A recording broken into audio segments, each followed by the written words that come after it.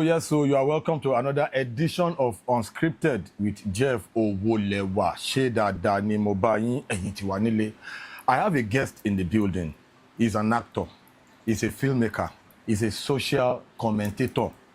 Ọ̀rọ̀ tán bá sọ lágbolé Fuji, ó máa ń Ẹ káàbọ̀ sí orí ètò Mr. Simoniyass, ẹ kí àwọn ará ilé. Ẹ káàárọ̀, ẹ káàsán, ẹ kú ìyálẹ̀ta ní gbogbo ibikíbi tẹ́ bá ti bá fídíò yìí pàdé. Orúkọ mi ni Ismail Ọlálẹyẹ aka Simoniyass. Ẹ jẹ́ ká bẹ̀rẹ̀ láti bí orúkọ yẹn Simoniyass. Báwo lorúkọ yẹn ṣe wáyé? Nǹkan tó ṣẹlẹ̀ ní pé olótù mo jẹ́ èèyàn tí ó lọ ilé kéwú níwọ̀nba. So nígbà kan tí mo máa ń lọ kọ́mọ kéwú ní Mushin ní ọlọ́mọ wẹ́wẹ́. Okay. So níbi tí mo ti máa lọ kọ́mọ kéwú yẹn ó náà ọmọ kan náà ọmọ kéwú wa tó jẹ́ pé ó fẹ́ tàpá díẹ̀ òun náà ti di ṣéwù ńlá báyìí. So tó jẹ́ pé ó fẹ́ tàpá díẹ̀. So nígbà yẹn so ó kàn máa tó bá ó wá jẹ́ pé fans Alhaji Saheed Òṣùpá. Okay. So tó bá gùnkè bá a ní a máa kọrin Òṣùpá sí a ní ẹ̀gbọ́n ẹ̀yin jẹ́ Simo ẹ̀yin jẹ́ Ismail mọ̀ ẹ̀yin jẹ́ Ismail mọ̀ orúkọ yìí ni Simo S-I-M Simoniyass Simo ni bó ṣe sọ di òdodo ọ̀rọ̀ nìyẹn. So àtìgbà yẹn èmi náà wá like Simo yẹn. Mo wá jẹ́ èèyàn kan tó jẹ́ pé inú ọmọ adira Ṣé Ibrahim nìyí Ṣé Ibrahim Niyass. So ọbẹ̀ ni mo ti mú Niyass yẹn. So mi ń jẹ́ kí ọ̀rọ̀ bàbá kú òun ọ̀rọ̀ mi. So tí wọ́n ti pe Simo wọ́n fi Niyass sí. That is my stage name, everything. Now a mọ̀ pé actor ni. Now ẹ máa ń produce fíìmù náà. Now báwo ni ìrìn àjò yín ṣe bẹ̀rẹ̀? Ibo la bí yín sí? Ẹ máa wá link story yẹn mọ́ bẹ́ẹ̀ ṣe wọnú film industry. Okay. A bí mi sí ìlú Ogun State. Side Ológun State. Olómọrí. Okay. Olómọrí. Abẹ́òkúta gbogbo ló ń sọ yẹn. Precisely Abẹ́òkúta, yes. Olómọrí. Okay. So mo bẹ̀rẹ̀ iṣẹ́ orin ni mo kọ́kọ́ ṣe tẹ́lẹ̀. Iṣẹ́ orin ni mo ṣe. Iṣẹ́ orin. Mo máa ń kọ Fuji. Mo ń gbérin lẹ́yìn Alhaji Muri Alabi Thunder. Like for real professionally ẹ gbérin lẹ́yìn Muri Thunder. Yes. Yes. Shout out to Alhaji Muri Thunder. Yes sir. So mo gbérin lẹ́yìn wọn for long. So ibi tí mo ti máa ń gbérin fún wọn wá ní hotel kan ní Saidi Pajayo Bọ́ṣá. Okay. Láti lọ kọrin jọ ẹ̀. Okay. So mo wá rí SOJ Òṣìṣẹ́ Ọmọbánkẹ́. Okay. Shout out to Ọmọbánkẹ́. So mo wá rí wọn gbà yẹn àwọn náà ọlọ́ṣẹ́ ṣàánú wọn ni. So wọ́n wá ṣe ń sun bẹ́ẹ̀ mo láìkí ẹ̀gbọ́n yìí máa ń gbádùn wọn. So mo wá sọ fún ìkan náà àwọn tàjọ wà ń bẹ̀rẹ̀ pé máa lọ gba nọ́mbà ẹ̀gbọ́n yìí èmi náà láti súnmọ́ láti máa ṣe fíìmù. So mo ṣe gba nọ́mbà wọn nìyẹn. So mo máa pè wọn kì í gbé kọ̀. Okay. So bí ìyẹn ṣe divert nìyẹn. Ṣègbà tí mo wá kúrò lẹ́yìn Alhaji mi kò ṣe pé mo kúrò bóyá wọ́n sack mi àbí mo kàn decide pé mo fẹ́ lọ ṣiṣẹ́ fíìmù yẹn fully. Mo part Fuji ti gbà yẹn nìyẹn. Yeah. Mo máa kọ wá ní girlfriend mi kan. Ó fún mi ní nọ́mbà Murphy Afọlábí. Mo máa pe Murphy Afọlábí dáadáa. Murphy Afọlábí ò kí ń gbé kọ́ náà. Ọ̀tọ̀ lẹ́ni tó máa ń gbé kọ́.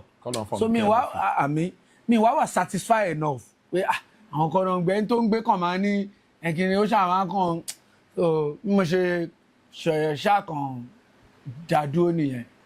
Ó wá nẹ́gbọ́n kan ládùúgbò mi wọ́n máa ń pè wọ́n ní Osculapẹ. Osculapẹ. Àwọn ni wọ́n fún mi ní àwọn ni ọ̀gá mi àwọn náà fún mi ní fọ́ọ̀mù tíátà àwọn ni mo gba fọ́ọ̀mù lọ́wọ́ wọn officially tí wọn ni mo ṣe bẹ̀rẹ̀. Okay. So bí mo ṣe bẹ̀rẹ̀ iṣẹ́ tíátà nìyẹn. Yes. Now a mọ̀ pé ẹ̀yin àti Austin Emmanuel, shout out to Austin Emmanuel, a mọ̀ pé ẹjọ́ wà nísìn. Báwo ni gbàwó lẹ meet Austin first time? Mo ti mọ̀ Austin ti pẹ́ o, mo ti mọ̀ wọ́n ti pẹ́ gan-an. Mo mọ̀ wọ́n ní location ni mo ti kọ́kọ́ pàdé wọn firstly. First time tí máa kọ́kọ́ rí wọn. Ó ní dáàdì mi Don Richard. Shout out to Don Richard. Kọ́lọ́mbà mi ṣàánú wọn dáadáa. Don Richard jẹ́ inú àwọn tí mo lè pè lọ́gàá mi ní industry. So wọ́n máa ń pè mí àwọn náà máa ń pè mí síṣẹ́ gbogbo ìgbà yẹn. Okay, as an actor. No, generator man ni mo máa ń ṣe as a crew ni mo máa ń ṣe man. Even Don Richard kọ́ mi ní nǹkan tó pọ̀. Don Richard ló jẹ́ kí n mọ bá ṣe ń tanná light. Ẹ lè tanná báyìí. Olóòtú tá ẹ bá gbàgbé mo wá tanná ní iṣẹ́ yín la ṣe pàdé. Ẹ wá tanná ní location wa. Location yín yẹn ni mo ṣe mọ̀ yín. Fíìmù nìyẹn. Mi ìrántí nílé yín kan báyìí ní Fọlágòrò. Mi gbàgbé bá ṣe pàdé. Ní Ṣómólú ilé àwọn kòlábò. Kòlábò yes. Bá ṣe mọ́ra nìyẹn. Ẹ pé àwọn. Ṣára tó báyọ̀, are you serious? Bá ṣe mọ́ra nìyẹn. Wọ́n pè mí as light ma, mo wá light la fi pàdé. Light ní iṣẹ́ yẹn. Nínú ilé báyìí. Mo ti rántí nínú crack. Pẹ̀lú crack. Ṣára tó crack idán. Bá ṣe mọ́ra nìyẹn. Okay, ẹ bàbá. So Don Richard ló kọ́ mi ní light, sound àti generator. No, mo generator man ni mo fi mọ̀ wọn. Okay. So àwọn náà fún mi ní òye méjèèjì yẹn. So àwọn náà máa ń pè mí síṣẹ́ dáadáa ń gbà ẹ̀. So wọ́n wá pè mí síṣẹ́ ìtẹ̀lẹ̀. Wọ́n pe title fíìmù yẹn ní kò ṣeé mú. Kò ṣeé mú. Yes. Ẹ wà ní sẹ́ẹ̀tì kò ṣeé mú yẹn. Mo wà ń bẹ̀ 100%. As a crew member. As a crew member, yes. Mo wà ń bẹ̀. So wọ́n wá pè mí. Ibẹ̀ ni mo ti meet Austin Emmanuel. Gbogbo àyẹn gan wọn tí blow. Okay, upcoming ṣe ní Austin Emmanuel nígbà yẹn. Yes, wọn tí blow gbà. Lórí sẹ́ẹ̀tì ìtẹ̀lẹ̀. Nǹkan tó fi admire mi ni pé mo rí wọn pé wọ́n direct inú àwọn scene yẹn. Ní à ń ṣiṣẹ́ lójú irin. Mo wá rí wọn pé àwọn náà wà ní àwọn tó ń direct. Okay. So gbogbo ayẹ́kẹ̀rẹ̀ rí àwa máa ń lọ́bì ni. Ẹ̀ka ọ̀sà ìjọ tẹ bá ti ní ẹni iṣẹ́ máa ń ṣe generator ní ẹ̀ máa act. So mo gba nọ́mbà wọn. Okay. Máa wá disturb wọn títí dìgbà tó lọ́wọ́ fi ṣàánú wọn. Gbà tó lọ́wọ́ wá ṣàánú wọn tán wọ́n wá carry me along as boss. Lọ sínú àwọn ọ̀gá mi ní industry làwọn náà. So wọ́n carry me along. Wọ́n dúró pẹ̀lú bọ́lá wọn ṣe ṣàánú wọn tán gbà ẹ̀. Wọn kì í kò ṣe pé bóyá mo ṣẹ̀ máa ń pèèyàn kí n tó dé location. Wọ́n máa mú fóònù báyìí rí pé ẹ̀lú àbí pàbẹ́ a máa bẹ̀rẹ̀ iṣẹ́ ní torí pé mo ṣe fíìmù kan gbà ẹ̀ tó star díẹ̀. So wọ́n gbórúkọ ẹ lẹ́nu àwọn èèyàn torí mo ti bí wọ́n rí wọ́n náà àwọn òwò pọ́dú àwọn kò gbórúkọ ẹ ni. So máa gbé ẹ̀lú àbí pàbẹ́ a máa bẹ̀rẹ̀ iṣẹ́ lọ́túnla o kò má ṣe márùn dání o mo respect wọn a lot. Láti gbà yẹn títí di ìsìn àtijọ́ wa. Now ẹ jẹ́ kí n chip in kankan. Okay. As someone tèmi náà feature nínú history yẹn. Yes. Shout out to Austin Emmanuel. Shout out to Don Richard. Yes. Shout out to Itele the icon. Yeah. Mo fẹ́ mú kankan wá ká tó proceed. Mo fẹ́ kẹ́ sọ kankan kékeré nípa Don Richard. Mo fẹ́ kẹ́ ẹ tó bá sọ kankan nípa Austin Emmanuel. Ẹ tó máa sọ kankan nípa Itele. From your experience. Okay. Yeah. Ẹ jẹ́ kí n bẹ̀rẹ̀ látòrí Don Richard. Don Dada. Ṣé rí Don Richard? Boss of all boss ni wọ́n. Èèyàn dáadáa normal ní real life ni wọ́n. Don Richard máa ń fẹ́ kéèyàn grow. Likewise ẹ wo orú ọ̀rọ̀ tèmi náà sọ yẹn. Gbà tí mo mọjọ́ máa ń tọ́ jẹ́ òní. No. Yẹmi náà máa ń pè mí. Yẹmi no o lè ṣe. Ó dà kò sí nǹkan kan bí sìn wá dìbò mú yẹn mú báyìí. Tó bá ti dì mú focus wo nǹkan tó ń ṣe má jẹ́ kó wọ kámẹ́rà tó bá ti rí pé o wà òkè tó lọ sí kámẹ́rà kó wo ṣọ̀tẹ́ kó ṣe gbogbo ẹ̀ wọ́n kọ́ mi. Oníjọ́ kan náà tó fẹ́ kí n máa tanná àlọ́ ṣiṣẹ́ náà ni wọ́n tó no ìwọ ló máa ṣe Yẹmi tó bá ti tan jẹ́ ìtàn lé wáyà tó bá ti lé wáyà sáré ṣe àwọn lé kébù tó bá ti lé kébù yẹn sáré ṣe àwọn náà ẹ kó tán lo angle yẹn lọ́wọ́ kámẹ́rà lọ́wọ́. So Don Richard jẹ́ èèyàn tó máa fẹ́ kéèyàn grow. Wọ́n máa fẹ́ kẹ́ learn. Wọ́n máa fẹ́ kéèyàn learn. Kẹ́ lè improve. Yes, wọ́n dẹ̀ máa fẹ́ kéèyàn grow. Wọ́n ń fẹ́ pé bóyá èèyàn kan wà lọ́dọ̀ àwọn. Kí wọ́n wá redundant kò. Bó ṣe pé bí wọ́n ṣe ní kí n máa ṣe kúrò yẹn mi kí n yàtọ̀ best scene náà máa ń fún mi nígbà yẹn. Shout out to Don Richard lẹ́ẹ̀kan sí. So kọ́lọ́n bá mi ṣàánú wọn. Kọ́lọ́n lọ́rọ̀ ẹ̀mí wọn. Kọ́lọ́n bá mi fún wọn ní ògidì àlàáfíà. Àmín. So lórí ti Austin Emmanuel. Like bí mo ṣe sọ lẹ́ẹ̀kan. Látìgbà tí mo ti bọ́ Austin Emmanuel mi ever rí wọn níwà kankan. Because Austin jẹ́ èèyàn tó dáa.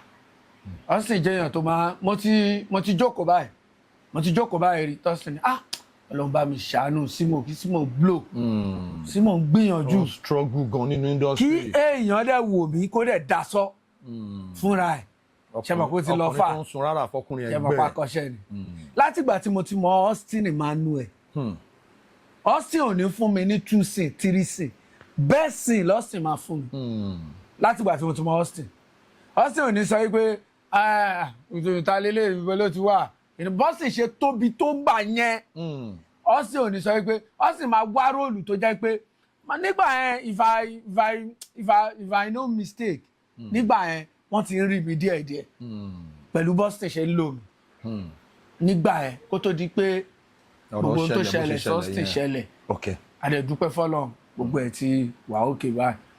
ìtẹ̀lẹ̀ ńkọ́. èmi àti tẹ̀lẹ̀ ò so ní ìbẹ̀rẹ̀ tá a kọ́kọ́ mọ́ra relationship wa ó wà òkè àwa òkè ẹ̀gbọ́n sàbúrò ṣe wà pa ṣe mọ̀ pé mo mọ̀ ọ́n true dawn ni so mo dẹ̀ máa ń respect briefly ni so mo dẹ̀ máa ń respect wọn ká ẹ ṣe wà pa kíní kan so ìtẹ̀lẹ̀ ò kí ń pè mí sí lẹ́yìn pé iṣẹ́ tí Don pè mí sí nígbà tí Don máa ń direct iṣẹ́ wọn ìtẹ̀lẹ̀ mi rò pé tẹ̀lẹ̀ ṣiṣẹ́ kankan pè mí. okay. ní relationship.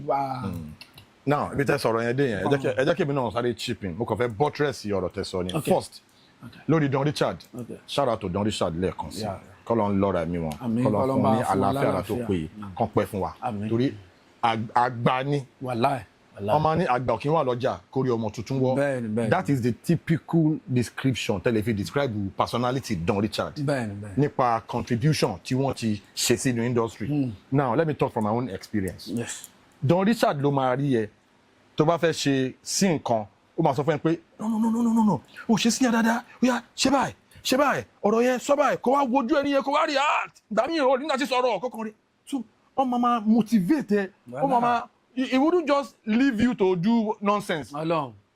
tó bá ti ṣe error ó ní bó ṣe máa approach ṣe tán yẹn máa sọ tí ò ní feel bad that is Don Richard tó ti ṣe fèmí náà tó ti ṣe fún a lot of us. a lot of people. now Don Richard is one person in industry tó jẹ́ pé ó máa fẹ́ kí ìwọ náà ṣe dáadáa kí wọ́n rí ìwọ náà tó bá ń ṣe kankan bóyá crew ni bóyá kìíní kan àwọn nǹkan tí orientation tí ò ní nínú industry Don Richard máa fún ẹ. bẹ́ẹ̀ni. mo ti wà lórí set rí à ń ya iṣẹ́ yẹn ìtẹ̀lẹ́ wà lórí set yẹn ní yí ẹ̀ yẹn àṣà à ń film àṣẹ wà ń film àwa ń ya bí crime scene kan nínú non-computer building nìkan wọ́n ṣà ń bí action sequence ni so on movement ìbọn everybody so Don Richard is one person tó jẹ́ pé tó bá ń ṣe nǹkan kan he will always want you to improve so bí mo ṣe wá ń sọ lọ à ń ya crime scene yẹn ni crime sequence so gunshot wà shout out to Bisola Badmus shout out to Ìtẹ̀lẹ̀ wà lórí set yẹn so bá ṣe wá ń film Ìtẹ̀lẹ̀ wá ṣe nǹkan kan ó ní movement kan títẹ̀lẹ̀ lò Don Richard wá cut wọ́n dẹ̀ lọ bá Tẹ̀lẹ̀ bó ṣe gbé wọ ẹ̀rá nìyẹn movement yẹn bó ṣe máa ṣe movement yẹn lélẹ̀ bó ṣe máa ṣe ó ní bó ṣe máa rìn yẹn pẹ̀lú trigger yẹn ní. He was now giving us impeccable direction as to how you will act that scene. tí fíìmù yẹn ò ní jáde táwọn yẹn máa bú ẹ pé obìnrin mú bọ́dá ní. now a lot of times tó bá wà àwọn action films wa àwọn crime films wa nísìn ẹlòmíà kan nínú industry ẹlòmíà kan mú bọ́dá níbẹ̀ àwọn agẹ́dì sẹ́yìn báyìí. A lot of people don't know the intricacies of doing all those things. àwọn details yẹn Don Richard máa make sure pé gbogbo ẹ wà ó kún. now another thing nípa Don Richard ni pé he has done a lot for a lot of people nínú industry tó jẹ́ pé personally tí n bá wo Don Richard mo máa ń fi pé we are not giving him his flowers enough. Yes, seriously. We are not giving Don Richard his accolades enough. Yes. The accolades Don Richard deserve. Kí n fún wọn. Yes. Don Richard is one person to shape. Don Richard, his contribution shaped the way we shoot our action films nínú industry wa. Ọ̀rọ̀ tí mò ń sọ for a lot of our colleagues wa wọ́n máa mọ̀ pé Jeff mọ ọkọ tó ń sọ. I know what I'm saying. So that is Don Richard. Don Richard, God bless you. God bless you for your support. Amen. At the beginning of career people like us. People like Itele. Gbogbo ẹnu náà ni mo fi máa sọ. People like Austin Emmanuel. Yes. Contribution for a lot of people. Contribution Don Richard kò kéré. Kò kéré o. Àìmọye èèyàn tó jẹ́ pé a mọ̀. Tá a rántí, tá a mọ̀. Àwọn ladies wa púpọ̀. Ladies wa kò ń ṣọkùnrin nìkan. Kò ń ṣọkùnrin nìkan. A lot of them, he will just do it for you. Like, once you read future, this person is going to be great. Let me coach him or let me coach her. Yes. Don't coach here, you know. Kò kí ń ṣe actors nìkan, even our crew. Yes. Just like you said. Then Austin Emmanuel. Austin Emmanuel is someone that has contributed a lot to a lot of people's career. A lot. Now, Austin Emmanuel even contributed to Itele's career. 100%. Maaso, 100%. point blank. 100%. Meanwhile, I met Austin Emmanuel on Itele's set. Okay. Itele was already an established producer. Ní year tá ń sọ yìí. Okay. Ní year tá ń sọ yìí as a filmmaker. Yeah. Tí ẹ bá ti blow the level tẹ́ ti ń gba owó lọ́wọ́ marketer. Yeah. Ẹ ti blow ni. Okay. Kò ní time tá ń sọ yìí okay kọ ẹ mọ̀ nǹkan tí mò ń sọ. Tí marketer bá gbowó fún yín lọ produce wa, you are a big actor. 100%. Kò kí n ṣe pé okay. Bẹ́ẹ̀ ṣe sọ okay yẹn ó dà pé ọ̀rọ̀ yẹn o. Kò yé mi. Bó ti yé yín sìn. Ó yé mi. Ní era yẹn. Ó yé mi bọ̀. Tí marketer bá fi lè trust ẹ pé. Mo fẹ́ wo bí tẹ́ ń drive lọ ni. Ibi tí mò ń drive lọ ni pé I met Austin Emmanuel as an upcoming. Nígbà tí mò ń sọ yìí. Yes. As at the point tí Itele tí marketer ti ń gbowó fún tẹ́lẹ̀. Okay. I'm saying it on record. Okay. Officially. Iṣẹ́ wo nìyẹn? Mi ò rántí title film yẹn but actors like Ricardo Agbo. Okay. But that èrò pọ̀. You know, a lot of people are already setting it. So, kẹ́lẹ̀ mọ̀ caliber iṣẹ́ tí mò ń sọ yìí, marketer ló ń bankroll ẹ̀. Kí marketer tó gbé owó fún ẹ ní year yẹn. You be actor, you be established filmmaker. Ẹ ti get it. Ọ̀rẹ́ tó dánmọ́ràn ni wọ́n ná láti lẹ̀. Láti ilẹ̀. So, àwọn méjèèjì, there are a lot of things tí wọ́n contribute síra wọn. Torí at a point tí nǹkan rí bákan fún Itele as a filmmaker, as a producer. Austin dúró tán. Austin ti gbéra nígbà yẹn. Austin ti blow. Ó ti blow gan nígbà yẹn. It was Itele that was doing the production management. Òun ni production manager Austin Emmanuel ní àwọn time tí gbogbo gbà yẹn. Tí èmi náà tún sọ yìí. Jẹ́ pé ilé ayé ó ń lọ báyìí, ó ń padà báyìí. Now, bí tí mo wá fẹ́ sọ̀rọ̀ yẹn lọ ni pé these people they are good friends. Yeah, 100. Ìjáde lórin dòwe. Now, ìgbà yẹn olóòtú mo lè sọ pé. Okay. Kò wọ́n ọjà because ìjà tá à ń jáde yẹ pé tá a bá ríra wa máa kíra wa. Kò ń rí lè ṣe jà. Kò ń rí lè ṣe jà. Now ẹ jẹ́ kí wá proceed. Àwọn èèyàn tí wọ́n ń dàrú lórí social media àti àwọn ọmọọṣẹ́ tí wọ́n mọ̀gbà tá à ń sọ yìí tán dé later tọ́lọ́run ti jẹ́ kán blow náà ń gbẹnu sọ̀rọ̀. Because nígbà tẹ́mi sọ yìí kò tí ì sáwọn yẹn. Nínú picture yẹn. Kí ló ń jẹ́ bẹ́ẹ̀? Now ẹ jẹ́ ká wá proceed then. Mo ti sọ̀rọ̀ Austin. Now let me go to Itele from my own perspective. Itele is someone that Itele is. Báwo ni fẹ́ sọ? Itele is a trailblazer.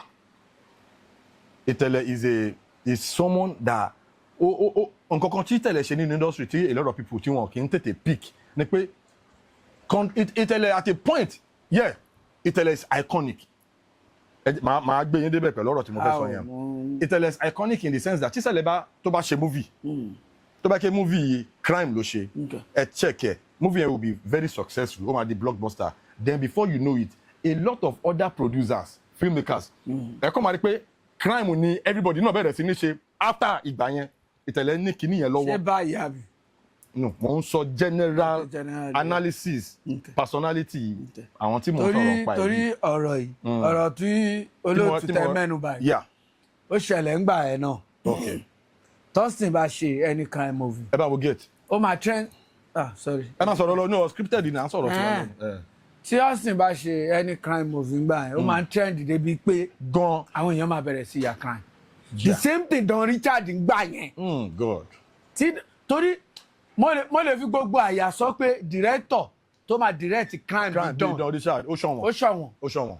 ẹni yẹn máa jẹ́ pé tap lára dán like irú àwọn èèyàn tá à ń sọ yìí irú Austin irú àwọn ìtẹ̀lẹ̀ náà tún lè ṣe bí dán yẹn. Okay. Austin Emmanuel particular as a director. So ọ̀rọ̀ tí mo wá ń sọ lọ kí n buttress ẹ̀ torí you are ẹ̀yin gangan ni guest so mo kàn fẹ́ chip in kankan ni as person tó wà nínú history yẹn. So ìtẹ̀lẹ̀ is iconic in the real sense of that word. So ẹlòmíràn gbé ìtẹ̀lẹ̀ di icon kò kàn fi icons orúkọ yẹn is iconic. Tí ìtẹ̀lẹ̀ bá act dé point kan tí ìtẹ̀lẹ̀ bá ṣe báyìí tó bá ṣe movie tó bá báyìí ẹ lọ wo àwọn tó kù tó fẹ́ ṣe crime lẹ́yìn tí fíìmù yẹn ti jáde àwọn náà ẹ kàn máa rí pé àwọn náà kàn ṣe báyìí àwọn máa copy ẹ̀. That is influence, that is being iconic. Àlàyé mi ó ń yé yín bẹ́ẹ̀ yẹn àbí that is ìtẹ̀lẹ̀ for you. Now moving on. Agboolé film industry wa ó ti rí bó ṣe rí àwọn kankan wá ṣẹlẹ̀ tí kò pay people like us because kìíní yẹn ó cause a division to affect a lot of people. When the love was still there tí tẹ̀lẹ̀ bá produce everybody máa wà ń bẹ̀ at Austin Austin bá produce ìtẹ̀lẹ̀ àti everybody náà máa wà ń bẹ̀ love wà everybody wà careers oríṣiríṣi àwọn èèyàn bẹ̀rẹ̀ sí ní flourish. Bàtí love yẹn wà a lot of people kí máa even dèmi gan mo wà lára wọn tó jẹ́ pé ẹ máa lọ sí location máa fún yín ní scenes tínú yín máa dùn tẹ́ bá délé. Ṣé ti get àlàyé tí mò ń ṣe. Kò dá ń ṣe pé ẹ̀ ní rí fíìmù yẹn ẹ máa rí pé àwọn jáde blockbuster ní tínú yín máa dùn tó máa rí yín ládùúgbò tó máa pè yín pé àwọn films tó lámìlaka ni when the love was there ó favour a lot of people. ó favour èèyàn yà. So ìgbà tí ọ̀rọ̀ ti di bó ṣe dì yìí tí division ti wà tí everybody ti ó affect a lot of people. Àlàyé mi yé yín mo yẹn sọ yẹn kí ni take yín lórí ọ̀rọ̀ yẹn. nǹkan tó ṣẹlẹ̀ ni pé ṣe rí àwọn bàbá mọ́nímọ́ní tán ní ogún ọmọdé lè ṣeré fógún ọdún they know what they are saying. Ṣe understand. So láàrin gẹ́gẹ́ bí mo ṣe sọ lẹ́ẹ̀kan ìtẹ̀lẹ̀ àti Austin ológo làwọn méjèèjì. Bẹ́ẹ̀ni. Ògo burúkú làwọn méjèèjì ní tó bá sọ pé ògo tó ń ṣáná ògo burúkú lọ́lọ́run fún àwọn méjèèjì because nǹkan tó ṣẹlẹ̀ sí Austin yẹn tó bá ṣẹlẹ̀ sọ́mọ ẹlẹ́pọ̀n kan wọn ní gbúrò ẹ̀ mọ́ kó kàn lọ for 8 years ní industry ó lọ tẹfẹtẹfẹ wọn mọ bí tó wà wọn mọ wẹ́rà bá tẹ fíìmù ẹ̀kan kò jáde wá padà dé o tún blow padà kò yí sí. Bàbá ògo ni ológo ni irú èèyàn bẹ́ẹ̀. Bẹ́ẹ̀ni. So Austin dá jẹ́ èèyàn kan tó jẹ́ pé Austin simple. Kò ń kan kankun. Austin ò kan kankun. Austin dàbí Murphy Afọlábí ni. Tí Murphy bá jókòó tẹ́ bá ń pariwo níwájú Murphy ó já wéré ní ó ṣe kí ni kan Murphy ṣe máa ṣe ni. Ètè yẹn àbí. Àtọwọ́ yẹn. Murphy ò ní sọ ọlọ́ba mi fọ̀run kẹ́ wọn. Àmín. Nínú àwọn tí mo gbà wájú ìkọjá náà ni wọ́n nínú àwọn tó jẹ́ pé ọ̀gá mi ní industry ni wọ́n. Tẹ́ understand. Murphy ò ní sọ ohun tó bá mú Murphy dìde pé ó máa ṣòfò ni èèyàn bíi 100 ló máa dìde pẹ̀lú Murphy wọ́n fẹ́ lù ẹ̀ that is Austin for you irú ẹ̀ náà lọ́sìn wọ́n máa sọ pé man for Austin máa fi ń wé Murphy because ẹni tó bá mọ Murphy dáadáa tó túmọ̀ Murphy tó jókòó pẹ̀lú Murphy báyìí tó wá jókòó pẹ̀lú Austin ọmọ kan fẹ́ ní somehow ìwà tó fi jọra Austin bọ́sì ṣe máa jókòó ni àbí kó máa tẹ fún Austin ò ní bá yín ṣe Austin ò ní bá yín ṣe o but Austin èèyàn tó dáa ni wọ́n nínú àwọn tí mo respect tó jẹ́ pé ọ̀gá mi ní industry tí wọ́n túbọ̀ jẹ́ kí ayé mi máa nítumọ̀ báyìí Austin wà ní wọn Austin ni number 1 máa kà wọn tó kù ẹni tí mi bá tún fi sí number 1 kọ́lọ̀ ń bá mi foríjì wọn òun ni Murphy Afọlábí but bye presently bye I can say Austin is my father bye. Austin is my boss. Austin is my father. He did a lot in my life, in my career. Tọ́ndẹ̀ ṣì ń ṣe. Presently báyìí. Ṣé understand? So èmi ò rí ìwà kankan láàrin àwọn méjèèjì. Mo ti sọ tẹ́lẹ̀ pé mi ò súnmọ́ tẹ́lẹ̀. Ìtẹ̀lẹ̀ a kàn máa ń kíra, máa ń kàn sọ̀rọ̀ ni. Ìtẹ̀lẹ̀ èmi súnmọ́ wọn. Because máa rí bíi pé fi bẹ́ẹ̀ yẹn gbàtara wa. Okay. Yeah, so that is it me. Gbogbo fíìmù tí Tẹ̀lẹ̀ produce láyé lẹ́yìn yìí tán produce nígbà tó wà pẹ̀lú Don tí Don máa ń pè mí. Okay. Mi wá lè sọ yìí tán produce inú wọ́n produce fíìmù kan tí mo wà ń bẹ̀ mo rí Atọ́lágbé but fíìmù yẹn mo reserve comment. kí ló ṣẹlẹ̀. àná gbogbo ọ̀rọ̀ kọ́lé yẹn máa ń sọ. okay now mo reserve comment but mo wà nínú mo rí Atọ́lágbé. moving forward torí a ṣe ń lọ sínú. but still ló jẹ́ ń ṣiṣẹ́ nínú mo rí Atọ́lágbé if I could remember yes. now gbogbo ọ̀rọ̀ yẹn bó ṣe lọ kí ni that most challenging experience yín nínú industry as a crew as an actor that most challenging àwọn experience tí ẹ lè gbàgbé mọ́ láyé tẹ́ bá rántí ẹ máa ní ìgbà kan ti wá tó lọ fà gan ẹ fún wa ní 1 or 2. mo ní experience bíi méjì ṣá tí màá kàn sáré brief. alákọ̀ọ́kọ́ ni pé nígbà tí mo ṣe first production mi ọmọ àbí pàbẹ 2009 ìgbà tí mo ṣe fíìmù yẹn tán fíìmù tí mo ń sọ yìí èmi ti rò pé téèyàn bá ti produce fíìmù tán ó máa kàn easy mo fẹ́ sọ bí mo ṣe mọ Murphy Afọlábí ṣé wọn pé Murphy ló yẹ kó jẹ́ ọ̀gá mi normal boss so fíìmù yẹn gbàtà wá fẹ́ ṣe mo á sọ fún ọ̀gá mi old school wọn ní àlàyé mo fẹ́ kí Murphy wà ń bẹ̀ o àwọn wa lọ bá Murphy ló tẹ̀ ẹ̀kọ́ báyìí àsanwó fún Murphy gbàtí Murphy wá ṣiṣẹ́ yẹn tó ṣe ta parí production yẹn so máa ń pè wọ́n ibẹ̀ ni mo ti súnmọ́ àlàyé production yẹn ló link wa papọ̀ so gbàtà wá parí iṣẹ́ yẹn èmi tó rò pé ká ṣiṣẹ́ tán ká dẹ̀ fún marketer ni bàbá láti Mushin torí ọmọ Mushin ni mí. ọmọ Mushin lèmi náà. I know torí Mushin ni mo ti pàdé yín. ok Fọlágòrò Mushin ni. ok Ṣómólú. ara Mushin náà ni. ó yá ẹ máa bẹ́ẹ̀ tó lọ. so máa wá rìn láti Mushin lọ sí Dùmátà. ẹ má fẹsẹ̀ rìn. ta ni mo fẹ́ tọrọ owó lọ́wọ́ ẹ̀ ta ni mo fẹ́ béèrè owó lọ́wọ́ ẹ̀ àti ní orientation bíi ti sí tí mo lè ní Jeff jọ mi ló lọ sáré fún mi kò tí ì sí yẹn gbà yẹn ojú máa ń tì wá ni mo máa rìn láti Mushin lọ sí Ìdúmàtà. ẹ máa rìn gba ojú ẹlẹ́gba ẹ máa gun bíríìjì bọ́lẹ̀. gbogbo ẹ ni mo máa rìn tí máa dé Ìdúmàtà tí máa dé ọ̀dọ̀ mákẹ́tà tí mo fẹ́ fún mákẹ́tà iléyà á ní kí n mú ayé ìgbà yẹn ni mo mọ̀ wípé máa lọ bá ẹ́dítọ̀ mi mo lè ní kó bá mi print bíi copy kí la máa ń pè preview copy á bá mi print preview copy bíi 10 máa kó dání báyìí máa fún mo ṣe ń fún corporate mo ń fún isolac mo ń fún mi tiẹ̀ dọ́dọ̀ àwọn lasco torí pé ń gbà yẹn àwọn lasco tó bí so èèyàn máa ń rí wọ́n bíi pé irú fíìmù báyìí lè máa mú un lọ àwọn corporate náà tóbi gan gbà yẹn o bọ̀ nítorí wípé mo ní mo rí pé aláàjì ọmọ àbúrò corporate kan báyìí níjọ́ tí wọ́n kọ́kọ́ rí mi for the first time wọ́n kí mi bíi pé wọ́n mọ̀ mí dáadáa mo wá rí irú àwọn eléyìí yẹ kí n súnmọ́ mo wá fún wọn ní PV copy mo ṣáà máa ikú ṣì gbogbo wọn jẹ́ mí nì máa pín PV copy kiri. ẹ kàn pín bí pop kàn ṣàti ẹ̀ wò kàn. nígbà tí n bá pín tán mi ní lè béèrè owó mọ́tò màá tún rìn padà sí Mushin tí máa dé Mushin máa lọ sùn dànù. God. tí n bá tún ní mo tún fẹ́ lọ béèrè. pé báwo ni o ṣe ti wo mo tún máa rìn lọ ni. Oh my God. ìgbà tí mo sọ yìí Jeff it was tough to the extent débi pé àtijẹ àti mu kò easy tí n bá ní location gbà yẹn máa lọ ń bẹ̀bẹ̀ ni láti rówó lọ location. ṣùgbọ́n tó bá fáwọn báwo ni mákẹ́tà wo ló wá padà gbà. gbogbo àwọn mákẹ́tà tí mo fún yẹn ò ta wọn gbà o. ok mákẹ́tà wo ló wá padà gbà. mákẹ́tà tó gbà wọ́n pe mákẹ́tà yẹn ni ó kó kòlábò pẹ̀lú Epsilon wọ́n pè wọ́n ní living picture. living pictures ok wọ́n tí ì fi bẹ́ẹ̀ àwa làwa mọ̀ wọ́n gbà yẹn wọ́n tí ì fi bẹ́ẹ̀ so mo fún wọn.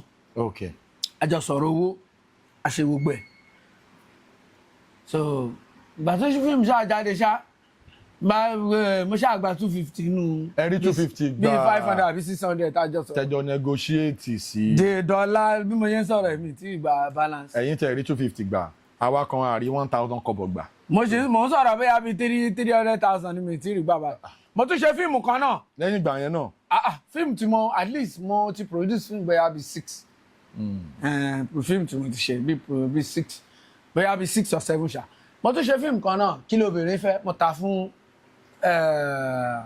kí ló kọ bàbá dúdú yìí o small world wèrè ni mo fi gba owó mi kù 100,000. wèrè pé ẹ ti jábọ́ lẹ́yìn. ìjọ tí máa text message burúkú ìjọ tí máa pè wọ́n tí máa gbé wọ́n ṣépè ni mo fi gba owó mi kù 100,000. so gbogbo kíní yẹn ló dá ọ̀nà èèyàn rú. ìrìn àjò èèyàn as a producer. nídìí iṣẹ́ as a producer because nígbà tí mò ń sọ yìí tó bá produce film tí fíìmù yẹn bá lọ ó ti di star. bẹ́ẹ̀ni nígbà yẹn. ayé pósítà ayé sí. ayé wọn máa lẹ pósítà sí di kíní ni kò ṣe ayé àwọn ọmọ sí. tó ń ṣe ayé íńtánẹ́ẹ̀tì. ó ti di star. but then mi rí mú torí pé mo kó sọ́wọ́ wrong marketers wọ́n gba gbogbo fíìmù lọ́rùn san owó lọ́rùn. ẹlẹ́ẹ̀kejì ni pé ó ní ọdún kan mo mọ àǹtí kan wọ́n pa àǹtí yẹn ní ẹnì. àǹtí yẹn wá ní ká ṣe fíìmù kankan bẹ́ẹ̀ mo gbé àǹtí yẹn lọ bá mú ìdí sáàsìlẹ̀. a ṣe screenplay. shout out to Muide Sansiliu bàtà ṣe screenplay tán so a ṣàṣìṣe bàtà ṣiṣẹ́ tá a bẹ̀rẹ̀ iṣẹ́ àǹtí yẹn kàn pè mí ni pé a ti pín rúùmù a ti ṣe kíní ká ti fẹ́ bẹ̀rẹ̀ kódà a ti ṣàdúrà àwọn ti yaṣẹ́ lọ. ẹ̀yin ni. èmi ni production manager. lórí sẹ́ẹ̀tì yẹn. yes àǹtí yẹn kàn pè mí ni kí n jọ ẹnìkan wá bí mo bóyá ẹni yẹn ṣe ọ ṣàní kí wọ́n á meet ẹnìkan àbúrò àwọn dáadáa nìkan kan bẹ́ẹ̀ gbà tí ẹni ọ̀hún máa jẹ́ ó jẹ́ Ṣótáyọ̀ Gágà. Ṣótáyọ̀ Gágà ok náà introduce yín sí. náà introduce mi sí bọ́ kò tí ì di Ṣótáyọ̀ Gágà ìsànnó ń gbà ẹ̀ so. ẹ máa sọ̀rọ̀ yín lọ.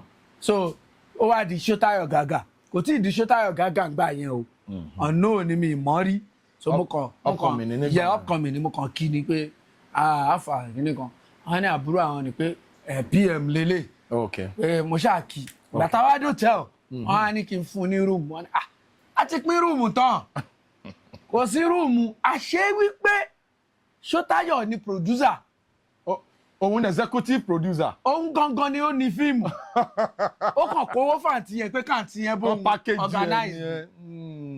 if tí mi bá ṣe mistake first film Ṣótáyọ̀ nìyẹn. yes. ọ̀rọ̀ tẹ́ǹsì ẹ ti pẹ́. so bí 2008 ni o bí 2008 ni o pé because 2009 the following year lèmi ya film tèmi 2009. kí ló wá ṣẹlẹ̀ lórí set. so bí wọ́n ṣe ní kí n fún Ṣótáyọ̀ rúùmù wọ́n sọ fáǹtì yẹn pé kò sí rúùmù mọ́ nítorí táwọn ṣe gbọ́ pé kò sí rúùmù mọ́ ó kàn kíní kan what the fuck ó ṣàbínú wọ́n sọ fáǹtì yẹn pé kí ló ṣe lé. èwo ni aráàlú òyìnbó tó mú wáyé.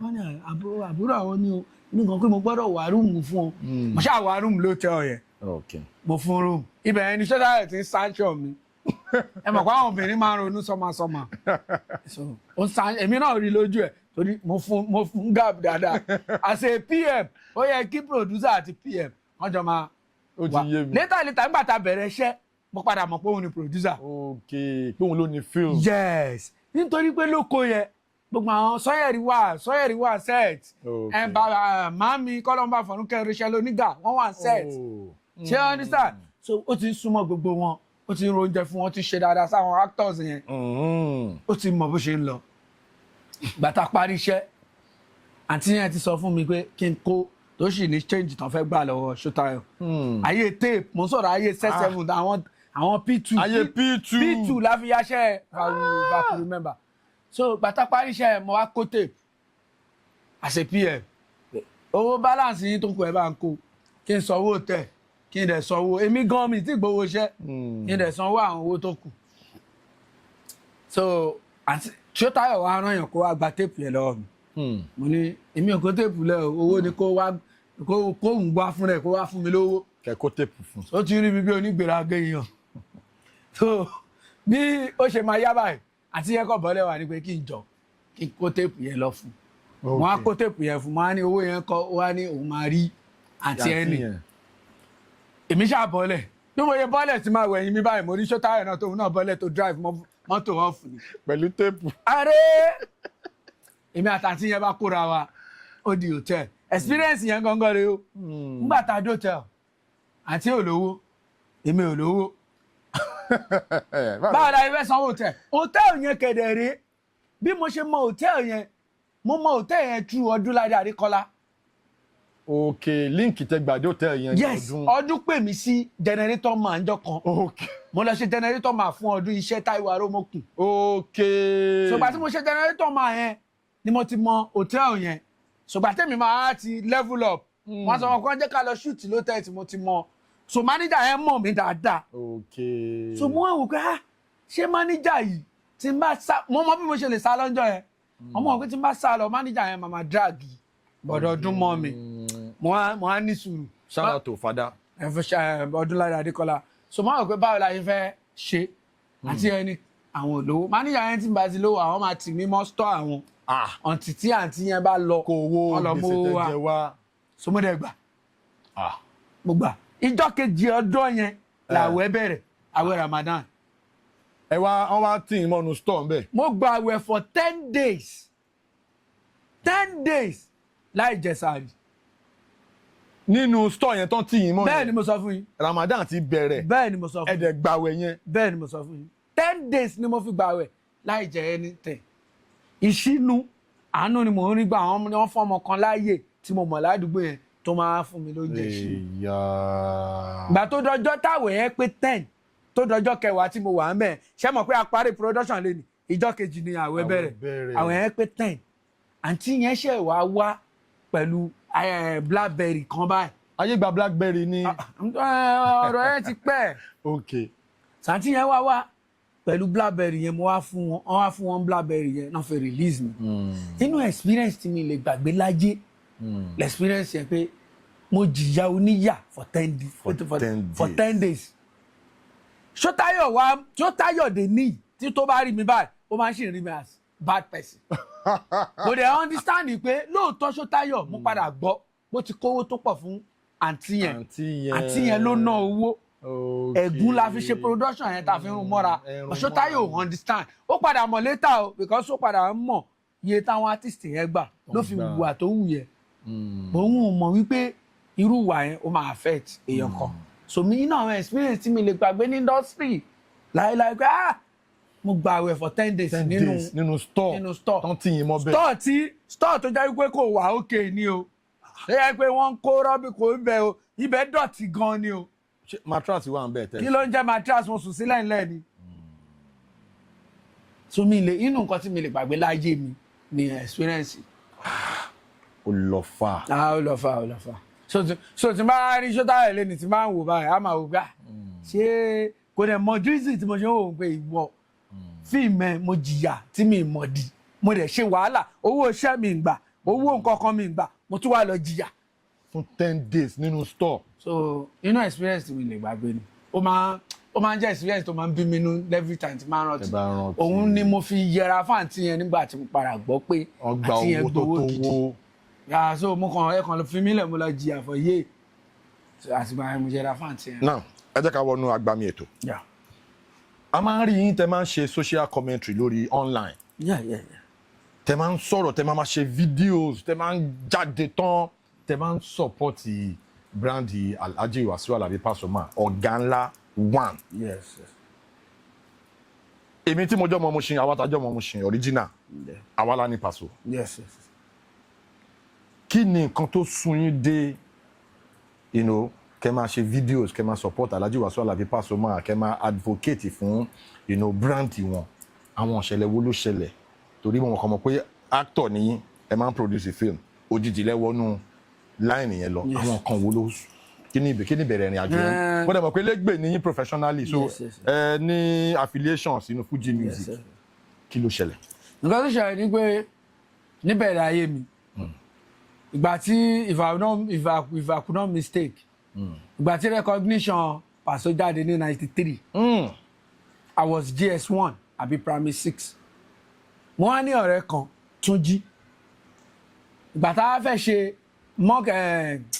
exam tá a máa ń ṣe ní GS3 tá a máa fi ń bọ́ sí SS1 junior WAEC ìgbà tá a fi tún wá fẹ́ ṣe exam yẹn ọ̀rẹ́ mi yẹn inú mi dùn pọ̀ wá jọ pín wa wọ́n pín èmi báyìí wọ́n pín ọ̀rẹ́ mi yẹn báyìí ọ̀rẹ́ mi yẹn mọ̀wé gan Túnjí shout out to you tó bá ń gbọ́ mi lẹ́yìn àmà rẹ̀ rìn so ọ̀rẹ́ mi yẹn tí n bá ti kọ́ṣẹ́ díẹ̀ báyìí máa jẹ́ ọ̀rẹ́ mi yẹn wò pé ìwọ ò lè lọ. ẹ̀yin specialize nínú kẹ́ máa gbá. Nítorí wípé orin Paso ni máa ń fọjá ayé mi kan nígbà yẹn atọ́kùn mo lè kọ recognition láti A to Z bí recognition bó ṣe áàdì tó ń gbà yẹn ìgbà yẹn ni o àgbàdìde o. ẹ̀kọ́ díẹ̀ ẹ máa kọ́ díẹ̀. mo sì lè rántí pé tí bá sọ pé agbára kákáká kọ́ la fi ń kọrin tiwa agbára ńlá kọjá níta bàbá ọba pàlàbàlàbà sálágbára alágbádá nìyá mi fi ń di kára ẹ sọ fún bàbá àgbọ̀ lágbádá ńlá létí àgbádá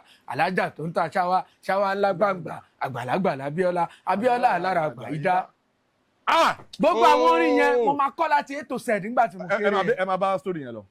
so máa kọrin Paso yẹn so gbà tí máa kọrin yẹn ọ̀rẹ́ mi yẹn ara máa ń ta bí mo ṣe máa ń kọrin yẹn máa ń dùn débi pé mo ti ní fans ní school. àwọn girls máa ń láì mo ṣe máa ń kọrin Paso yẹn so ọ̀rẹ́ mi yẹn ó máa jọ wú mi ara máa ta pé olóṣì kò mọ̀wé olódo àbí kò kọrin ṣé wàá rí inspiration bí mo ṣe máa ń kọrin Paso yẹn ó wá ti ń fún mi ní inspiration láti máa dá kọrin.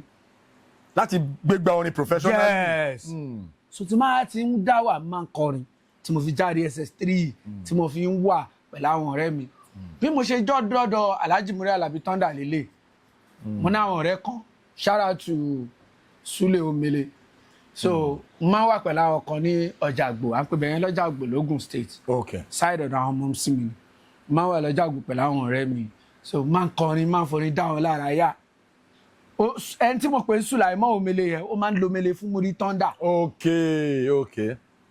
òun ló wá dé ìjọkọ wéré ó bá kọrin kú ṣé ó máa gbérí àwa nídìí elégbè lọ́dọ̀ wa mo ní Paso ló dẹ́wù mi kí n gbérin fún o kódà máa gbérin fún Thunder náà eléré ńlá ni bí mo ṣe join Alhaji Muri Alabi Thunder ni so mo wá gbérin for years lọ́dọ̀ Alhaji Muri Thunder. ẹ jọ ṣe ní album.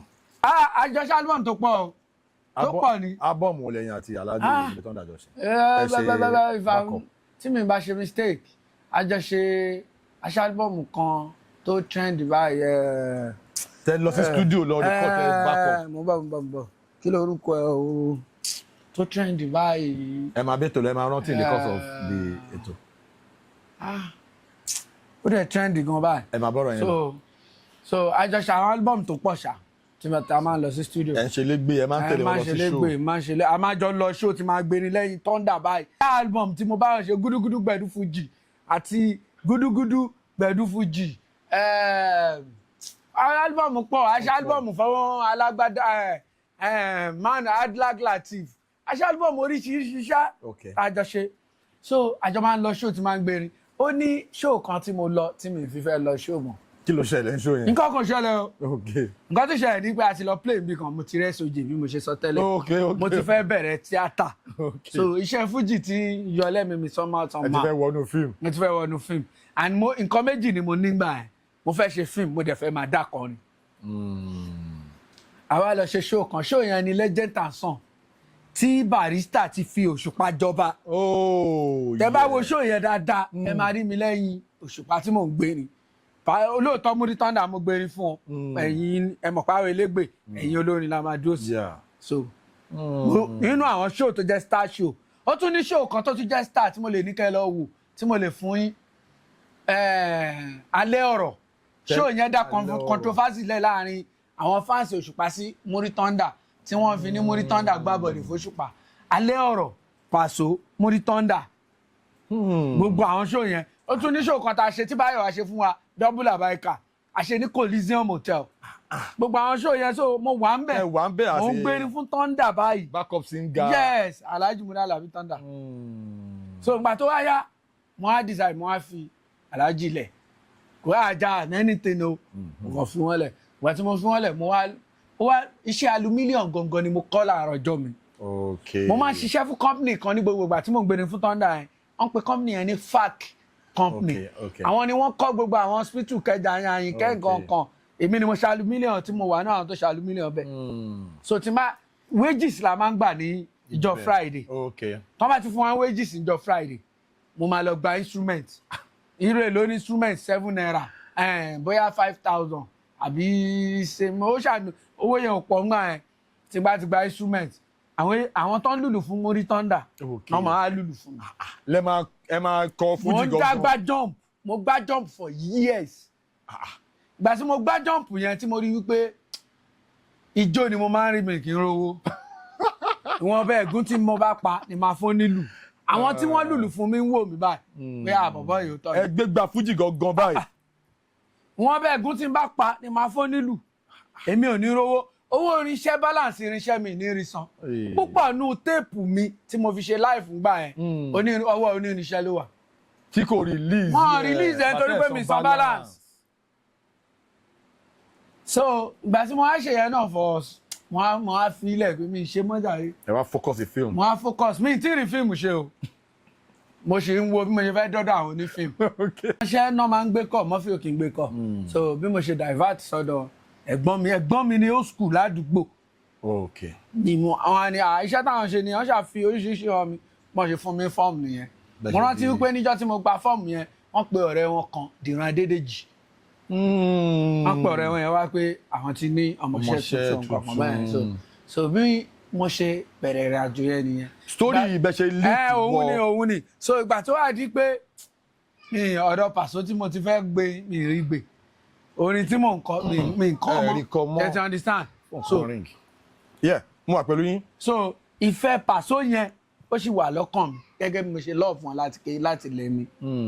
So ìgbà tó wá di pé mo wá ní opportunity pé mo ń ṣe film pé mo tún ti ń nẹ́nu ń diṣẹ́ film mo ti ṣe production manager mo máa ń wá Paso máa ń wá sọ́dọ̀ Austin Emmanuel ọ̀gá mi wọ́n máa ń wá bá wọn gbé wọ́n máa ṣiṣẹ́ lọ́dọ̀ wọn mo tún meet Paso ń bẹ̀ inú mi máa ń dùn mo rántí set kan tájọ wà lọ́dún kan wọ́n pe fíìmù yẹn ní mẹ́ta fíìmù Austin fíìmù yẹn trendy gan fíìmù yẹn mo wà ń bẹ̀ èmi Austin Paso lájọ ṣiṣẹ́ lórí set.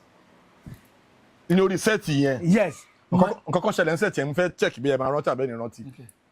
Ẹ máa sọ̀rọ̀ lọ mo fẹ́ kẹ́ land kan tó ṣẹlẹ̀ lórí set yẹn ni. So mi ì lè rántí wàláì. Torí pé ìgbà tí ọ̀gá ńlá tí Alhaji Wasiu Alabi Pasuma tán parí iṣẹ́ tán ní ọjọ́ yẹn. Paso lawọ́. Ọ̀ṣà mọ̀ pé Paso lawọ́ bí Paso ṣe lawọ́ tó tí gbọ́ kọ́wọ́ rí lọ́wọ́ Paso. Ẹ máa gbọ́ mi tí mò ń gbọ́rọ̀ yẹn lọ ní set tẹ́ sọ yìí ìgbà tí Paso ṣe tán lọ ẹ mọ̀ ṣe wọ́n ti pé bóyá wọ́n ra báà yẹn pa tí gbogbo drinks tó wà bẹ́ẹ̀. tí Paso ní kọ́ lọ oúnjẹ fún gbogbo wa. gbogbo everybody máa jẹun. ọlọ́run ògúnfe wa. fún àti crew o àtàtọ̀ o àtọ́pọ̀mi o àti star o everybody lọ́wọ́ ń dá oúnjẹ fún. mo rántí. kẹ́ lè mọ̀ pé then ní bar ní ọjọ́ yẹn hotel tá ti ń film wọ́n ní kí wọ́n gbogbo ọtí tó wà nínú àti drinks wọ́n ní kó bẹ̀rẹ̀ sí máa fún everybody. Yes. gbà tí Paso ń lọ léńjọ́ yẹn náà owó tí Paso fún àwọn crew yàtọ̀ owó tó tún fún àwọn actors àwọn everybody tó wà ń bẹ̀ owó tá tún gbà PA mi ibi tí kẹ́kẹ́ lè mọ̀ pé a gba owó gan jọ yẹn lọ́wọ́ Paso PA mi tó tẹ̀lé mi wá sí set yẹn owó tó gbà ọ̀sẹ̀ kan ló fi ná. Bẹ́ẹ̀ ni owó dẹ̀ dáńgbà yẹn. kẹ́ lè mọ̀ pé mo wà nínú fíìmù tẹ́ sọ ẹ máa proceed lọ. So nígbà tá mo wá náfààní láti lè ṣiṣẹ́ pẹ̀lú Paso ní set inú mi wá dùn àlàyé tí mo love yìí rèé but honestly ni pé tí n bá rí Paso mi ṣe bẹ́ẹ̀ tó jẹ́ diehard fans. ẹ bá ń code. mi máa ń code ni ṣe mọ̀ pé àwọn fans kan tó bá ayé tí wọ́n ṣe àlàyé máa kàn kí wọn nọ́mà wọ́n á lọ dájókòó máa wò wọ́n lọ́ọ̀kan pé àlùbáríkà rè ògóre wọ́n á máa ṣàdúrà fún wọn sínú irú fans tèmi jẹ́ nìyẹn. So gbà tí mo wá ní opportunity pé mo wá ti ṣiṣẹ́ pẹ̀lú wọn mo ti ní opportunity pé ok mo mi lè gbàgbé irú fíìmù yìí táǹtì Jaiye ṣẹ̀ṣẹ̀ return ẹ̀ Jaiye Ọlá ni mò ń jẹ́ mo wà nínú production manager nígbà tó kọ́kọ́ yà. ṣàwọ́dí star mo wà náà tán pé Alhaji wá sí set báwọn sọ̀rọ̀ lórí fóònù tán fi débẹ̀ fún wọn ní room ṣe ó gbẹ máa rí wọn náà wọn. ẹ súnmọ́ wọn báyìí. báwọn ò mọ irú èèyàn wọn ò mọ pé inspiration àwọn ló gbé mi dé gbogbo iṣẹ́ tí mò ń ṣe léni. Inspiration Paso ló fún mi ní gbogbo iṣẹ́ tí mò ń ṣe léni. láti ilẹ̀ ló fún mi gbogbo ẹ̀ because tó bá jẹ́ pé mi kì í kọrin Paso ńgbà yẹn tó ní fi mọ́ mi lára mo lè má ṣe entertainment mo lè má lọ bẹ̀. ẹ lè má tẹ̀ wọnú fújì rárá. mo lè má wọnú fújì rẹ̀ wípé mo fẹ́ ṣe fíìmù. bọ́n torí pé mo bẹ̀rẹ̀ sí kọrin Paso yẹn dáàdì mi náà jẹ́yàn tó tún máa wá play àwọn Àyìnlá Ọmọwúrà àwọn Barrister àwọn Paso mo wá develop inspiration yẹn tó fi dára tó fi So bí mo ṣe love Paso nìyẹn. So mo wá love Paso to the extent débi pé mo tún ti mọ nǹkan tó pọ̀ nípa Paso. Mo ti súnmọ́ mọ́ Paso dáadáa. Náfààní àti súnmọ́. So ìgbà tó wá dáyé social media tí gbogbo èèyàn wá ń sọ̀rọ̀ tí gbogbo everybody come máa sọ̀rọ̀ jargon ẹ̀yà wèrè ni. Paso is not like this. Paso is like this. So dẹ̀ ti láǹfààní àti mọ̀ wọn. Yes, gbogbo ìgbà táwọn èèyàn tó máa ń feature Paso lólórin. Mo náǹfààní àti lọ ilé wọn, mo mọ bí ilé wọn ṣe máa ń pọ̀ lélere máa ń dó láti feature wọn. Nígbà yẹn àti gbọ́n amọ̀ye àwọn eléré tí Paso feature. Amọ̀ye àwọn eléré tó ń ṣe bí Paso dènì tó ti di star tó máa ń ṣe bí pé Paso kọ́ ló blend àwọn.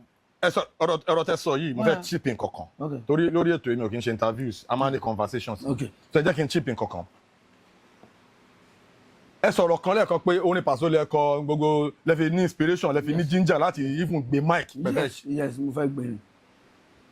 Ṣé ẹ mọ̀ pé orin Paso ní ọ̀pọ̀lọpọ̀ kọ pé Paso release album Paso release live orin yẹn ní ọ̀pọ̀lọpọ̀ èèyàn kọ tán fi do ní Fuji lẹ́nu. 100%. Paso wà influential. Wọ́n pọ̀. Ọmọ yẹn sọ pé I love Fuji music. I'm an ardent lover of Fuji music. I'm an advocate of Fuji music. Fuji music ni èmi náà gbọ́dọ̀ gbà ẹ sọ̀rọ̀ kan and we have some things in common. Bàbá mi tó bá ti tínú ẹ̀ bá ti dùn a máa play Àyìnlá Ọmọwúrà a play Ọlátúnjí Yusuf. Àwọn kinní tó máa ń róòlù yẹn ni o. Rẹ́kọ̀dù ni àwọn monogramu ńlá yẹn ni. Àwọn kinní tá à ń lò láyé àtijọ́ yẹn ńlá yẹn. Bàbá máa ń play Bàbá máa ń play Barrister. Àwa wá take liking èmi personally mo take liking sí Barrister so indirectly Fuji music ó mọ́múláyà mi gan mo máa ń gbé sórí. Now in a lot of my videos mo máa ń ṣe analysis máa ń sọ pé Fuji music wà then àtúní Paso is more like nínú Fuji music Paso mo fẹ́ ní Nàìjíríà Alábùjá. Paso jẹ́ kí Fuji music tún lajú mọ́. Ẹ lè pe Pasuma ní ẹ máa gbọ́ Simon ẹ lè pe Pasuma ní capital Fuji music. Ọlọ́run. Bí Lagos state ṣe wà Ìkẹjà ní capital. Yes. Bọ́yọ̀ state ṣe wà Ìbàdàn ní capital. Yes. Bí Nàìjíríà ṣe wà Abuja ní capital. Yes. Ẹ lè pe Pasuma ní capital Fuji music. Ọlọ́run. Fún gbogbo àwọn tó bá ń gbọ́ mi àwọn tó bá jẹ́ Fuji music lovers gangan. Because nígbà yẹn. Ẹ jẹ́ ká pe Pasuma ní capital Fuji. Nígbà yẹn Pasuma ní onífuji wọ́n máa ọ̀tọ̀ ní ojú tó máa fi ń wo àwọn onífuji. Pasuma ló jẹ́ kí gbogbo wọn mọ̀ pé no kò rí bẹ́ẹ̀. Àwọn nǹkan àwọn hip hop artists tó ń ṣe Pasuma ní first Fuji music tó kọrin hip hop. Tó feature hip hop.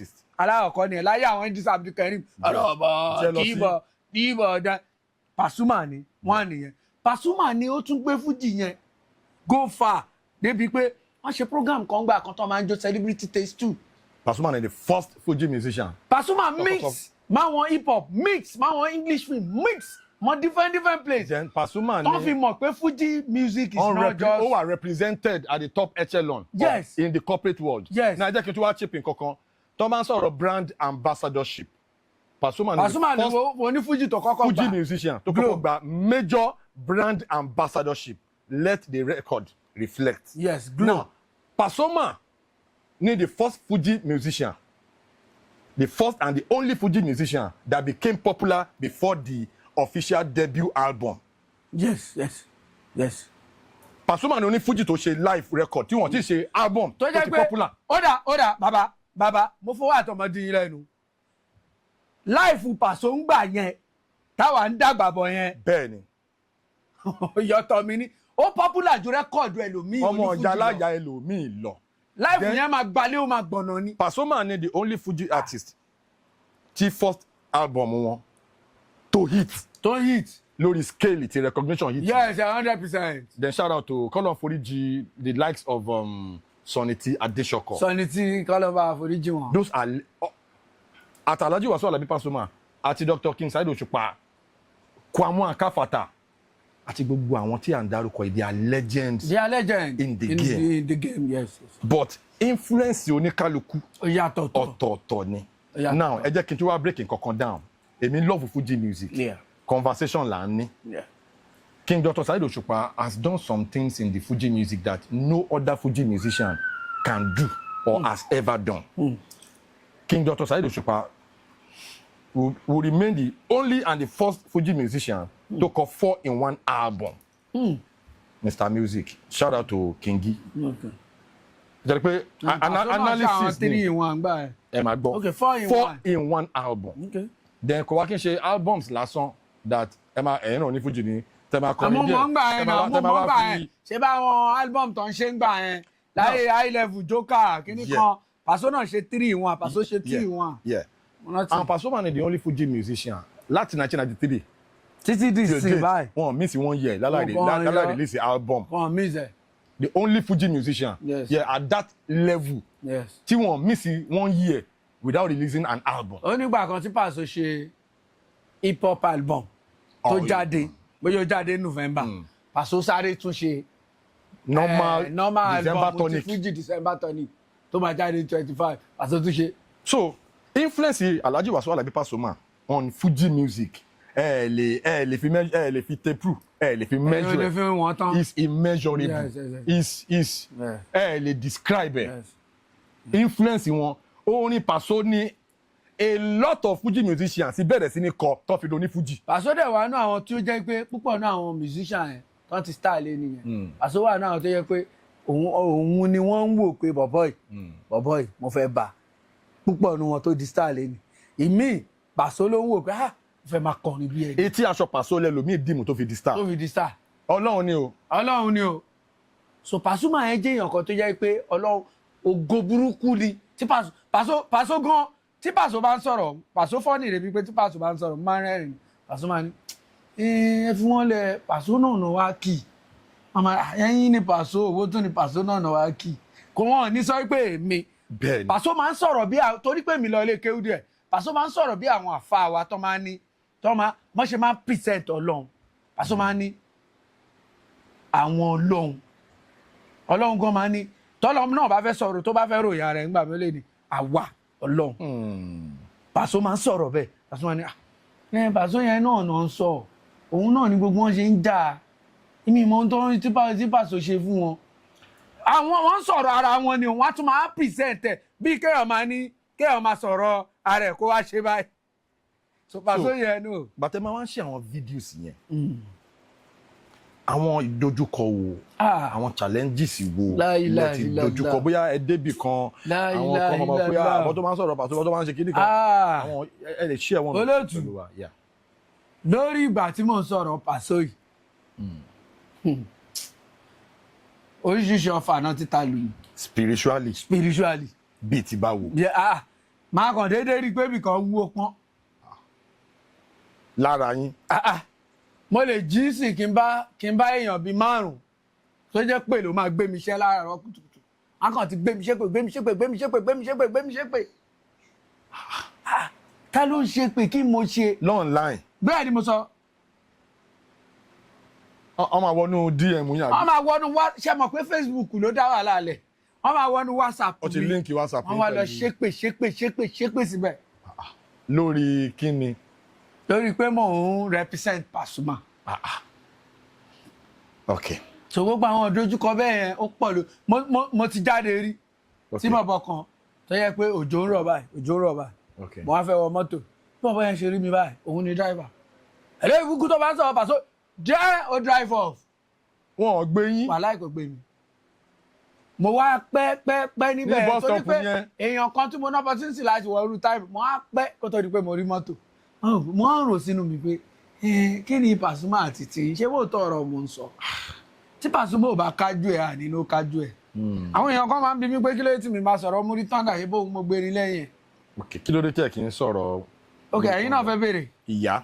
Ó sì nǹkan kan torí pé Paso yẹn ni mo love Alhaji Muri Alabi Thunder o it's my boss shout out to you mo gbé fún 100 because gbogbo gbàtàjọ wà èmi ti máa wà pẹ̀lú èèyàn tí máa nájọṣe tó dáa mi ilé ìfẹ́nu bàjẹ́ kan mo nájọṣe tó dáa pẹ̀lú Alhaji Muri Thunder mi tí ì réèyàn tó bójú wọn jẹ́ ni tẹ́nìkan bá ta sí wọn fèlèfèlè máa jẹ́ kó mọ̀ pọ́n náà ọmọ tó dúró but Paso yẹn ló kàn yẹ pé ẹ mọ̀ mentor Paso is my mentor one of my mentor mo ní mentor tó pọ̀ o Paso is my mentor Austin Emmanuel is my mentor Don Richard is my mentor tell you this time Murphy Afolabi is my mentor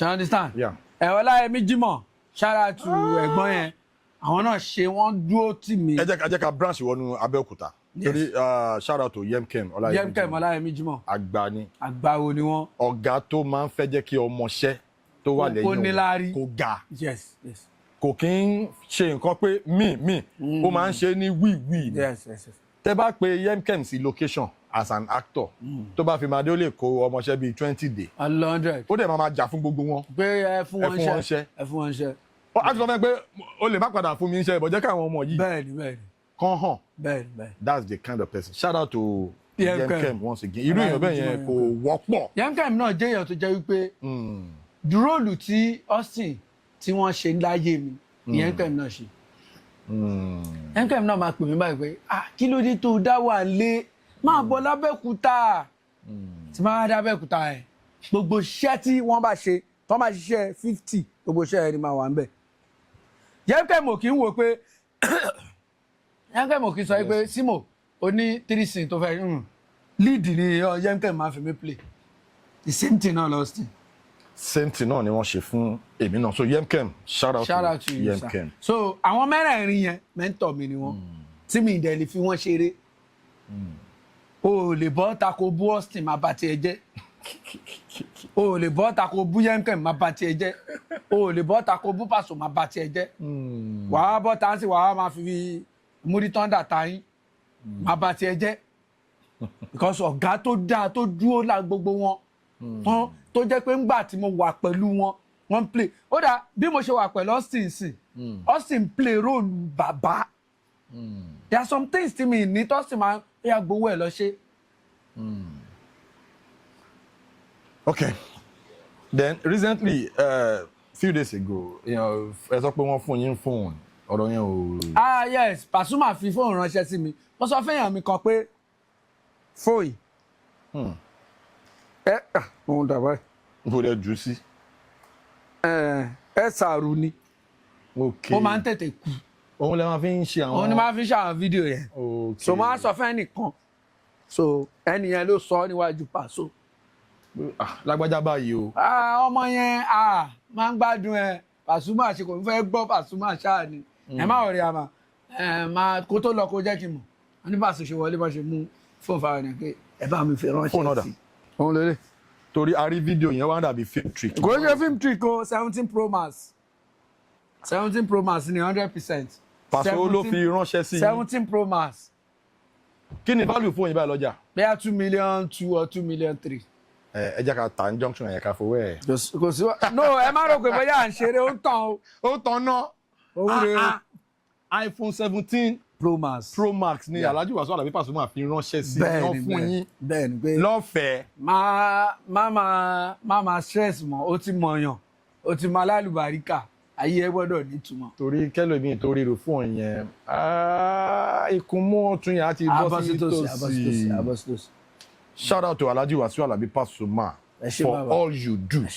mo fẹ́ sọ story kan story Paso kan everybody ló ní kò sí ẹni tí kò ní Pasuma story. Everybody ló lè sọ everybody ló ní Pasuma story. nítorí pé Pasuma touch ibi tó pọ̀. ó touch life a lot of people. Either directly or indirectly.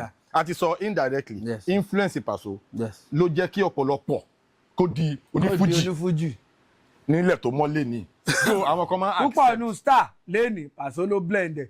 púpọ̀ nínú star. nítorí pé wọ́n ti star wọ́n ti ní fans tí Paso bá sọ pé ọmọ mi ni wọ́n máa jà àwọn fans wọn máa attack Paso ní Paso ṣe bá ń dákẹ́. mo fẹ́ lè sọ pé kò sí onífújì tí ó tó ní product bíi Paso. Alhaji Saheed Òṣùpá gan sọ Alhaji Saheed Òṣùpá ní àwọn ń wò pé àwọn náà wọ́n ṣáájú ẹ̀ bẹ̀rẹ̀ Paso ti wá star àwọn wá ń wò pé bọ̀bọ̀ yìí ti ṣe mo gbọ́dọ̀ súnmọ́ bọ̀bọ̀ yìí kémi náà lè ta wọ́n náà wọ́n rẹ̀ lọ bá àwọn làwọn sọ Paso dọ̀rẹ́ àwọn làwọn gbéra wọn lọ bẹ̀ báyìí. gbé àwọn lọ bá pé àwọn fẹ́ kó jọ̀rẹ́ àwọn wọ́n sọ nù ọ̀rọ̀ wọ́n sọ fídíò yẹn wà online.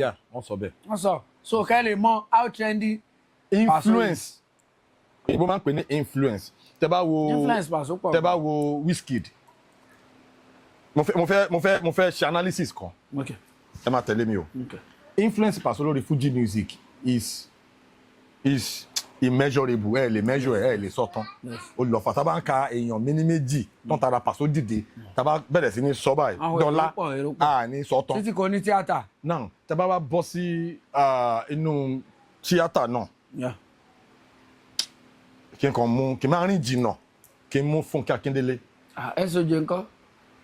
mo fẹ́ rìn jìnnà mo mú níbi tó ti lápẹẹrẹ now tẹ́ bá wo Fúnkẹ́ Akíndélé is like it's a grapevine igi tó ní ẹ̀ka púpọ̀ ó ti influence a lot of people's career. Yes. Taba ní ká máa kà mọ èèyàn tí Jennifer as a movie tó blow ṣé mọ yẹ ó pọ̀. Jennifer tún wá dùn yìnyín olóòtú kíní ń kọ́ ọmọ ghetto èèyàn tó blow ní ọmọ ghetto yapa. àtìgbà tí Fúnkẹ́ Akíndélé ti ṣe ọmọ ghetto tó ti di irun tó ti ṣe style irun yẹn ni láti gbà báyìí tó bá ti fẹ́ ṣe crime nínú industry báyìí àwọn gẹ̀ẹ́sì wa yẹn wọ́n máa lọ dá irun wọn wọ́n máa ṣe oríṣiríṣi ni. títí kan ọkùnrin gan Fúnkẹ́ Akíndélé ló ní blueprint yẹn mo fi sọ pé influence now ká wá gé kúrú ká wá bọ́ sínú hip hop afrobeat ẹ wo influence Wizkid nínú afrobeat influence Wizkid ni ó jẹ́ kí àwọn èèyàn mọ̀ pé you could be young and become very successful nínú orin táìmù kan tó bá ti dàgbà táìmù àwọn Daddy Shoki o gbọ́dọ̀ ti dàgbà o gbọ́dọ̀ ti sangun àwọn Wizkid yẹn ló dé lọ́jọ́ ká mọ̀ pé okay you can be very very young 19-20 o lè blow influence wọn ni gbogbo àwọn even àwọn Davido ọ̀hún ọ̀dẹ̀ kì í deny yẹ Wizkid FC ni everybody kó tó di pé everybody wá pín gaari influence the influence Wizkid lórí afrobeat ó sẹ́ẹ̀lì afrobeat sí àwọn international tó pé àwọn audience kan tí wọ́n gbọ́ nǹkan tó ń jẹ́ afrobeat ni àwọn Wizkid yẹn ló sẹ́ẹ̀lì the genre afrobeat. Now when you talk about Fuji music nǹkan tí Alhaji Wasiu Alabi Pasuma ṣe nínú Fuji music ó lọ far torí Alhaji Wasiu Alabi Pasuma Fuji wọn ló introduce Fuji as a genre sí a lot of other audiences. Àwọn èèyàn tí wọ́n mọ kankan pa Fuji Igbo Hausa ọ̀rọ̀bọ̀ keyboard tó ń kọ́ ní north wọ́n kọ́ ní kò síbi tí ọ̀rọ̀bọ̀ keyboard dé now influence Pasuma ló jẹ́ kí géètì Fuji kó ṣí fún ọ̀pọ̀lọpọ̀ àwọn èèyàn tí wọ́n ever rò pé àwọn lè kọ Fuji. 100%. a lè máa dárúkọ àtọ́ máa dárúkọ. èmi ò tẹ̀ fẹ́ dárúkọ yẹn. a máa dárúkọ lọ ilẹ̀ máa ṣú ilẹ̀ máa mọ́ torí wọ́n pọ̀. now bí tí mo fẹ́ jẹ́ ká kóòdù ọ̀rọ̀ yẹn sí òun ni wípé wọ́n ti ṣe oríṣiríṣi nǹkan fún a lot of people tí mo ní everybody náà ló ní Pasuma story ẹ jẹ́ kí n sọ kan lára àwọn Pasuma story tèmi torí time kan náà ti wà tí Pasuma ti wá ṣe eré fún baba aládùn ní Mushin bóyá wọ́n fẹ́ gbégun bóyá wọ́n fẹ́ ṣẹ̀ṣẹ̀ tọ́mọ wá ṣeré àwa náà a máa ganu báyìí ni a máa mọ̀ pé ògo rẹ̀ èrò máa wá pọ̀. now ó wá ní fídíò kan tó fẹ́ ṣe wọ́n ṣe orin kan wọ́n wá fẹ́ ṣe musical video orin yẹn. so wọ́n wá ń wá ẹ tó máa ṣe ìyàwó àtọkọ drama orin yẹn ní ṣe pẹ̀lú ìgbéyàwó kíní orin yẹn nígbà yẹn album yẹn. so director video yẹn ló wá pè mí Lukman shout out to Lukman wọ́n máa ń ṣe video fáwọn àwọn olórin wọ́n wá pè mí fún video yẹn gbà yẹn pé ní máa ṣe video tó trend yẹn pẹ̀lú ìyàwó lady tó ṣe ìyàwó Paso fíìmù ìyàwó Paso yẹn lady yẹn so lady yẹn lọ ìyàwó èmi lọkọ bàtà wá débẹ̀ ṣàpèwá inú hall kan lọ ti fẹ́ inú warehouse kan lọ ti fẹ́ shoot video yẹn bàtà wá débẹ̀ gba wọ cast everybody àwọn crew everybody ti débẹ̀ Paso everybody wá ń dóde ṣàpèwá àlàyé gba yẹn ọ̀hún dẹ̀ ti mọ̀ wá àti Montana. video yẹn gan tún fi kún káríà ẹ̀. yes no doubt gbà tí Paso wá dé èrò sáà lọ ń ṣe ìran èmi ṣáà kàn dìde èmi ọ̀dẹ̀ láìkì èmi náà láìkì kárí mi èmi nìyẹn èmi rè é tí ibi tí máa wà tí máa ti kí yín tẹ́ bá rí mi good tẹ́ bá ṣe kínní Ọlọ́run ló máa lọ dájú pé mi láìkì wàhálà so everybody ṣáà lọ kí wọn àti gbogbo ẹ̀ dáadáa èmi náà wà lọ kí ara ẹ káàbọ̀ àwọn èèyàn lọ fẹ́ ṣe ọkọ ìyàwó wọ́n ní èmi ní sàn ní Montana ìwọ lọ fẹ́ ṣe ọkọ ìyàwó ìwọ lọ fẹ́ gbéyàwó mi lọ. the rate bó ṣe bá mi ṣeré bó ṣe bá mi sọ̀rọ̀ ẹ má rò bóyá àjọ ń gbélé ni wọ́n pọ́n mi lé kíní yẹn tí wàá jíjà mi pé Paso porúkọ mi gangan àti alhamdulillah wọ́n ti mọ̀ mí. So Paso mọ̀ mi. So Paso is like that. It takes life very easy. Paso was practically playing with everybody. Pasuma ò ní olódì kankan. Pasuma ò get wahala. He go mingle, play with everybody. It's a lesson to gbogbo àwọn ológo. Bẹ́ẹ̀ni kẹ ilé ayé yìí náà gbogbo ohun tá à ń ṣe yìí náà ẹsẹ̀ mẹ́fà ni. ẹlòmíì kan máa sùn ó kàn máa bá tiẹ̀ lọ. Gbogbo Instagram tó ń protect yẹn, gbogbo Facebook yẹn, tó ń jẹ́ lójú like tó ń jẹ́, gbogbo TikTok yẹn, gbogbo aṣọ tó ń wọ̀, gbogbo owó tó ń yan náà yẹn, gbogbo ẹ̀ ẹlòmíì ló máa ná. Mo máa ń ta mọ́tò olóòtú gẹ́gẹ́ bẹ́ẹ̀ ṣe mọ̀. Mo ti lọ ta mọ́tò fún bọ̀bọ́ kan rí kò ju bóyá bíi 3 months after bọ̀bọ́ yẹn kú. Wọ́n ti sin bọ̀bọ́ yẹn tán fi pè wá káwá ra mọ́zù yìí.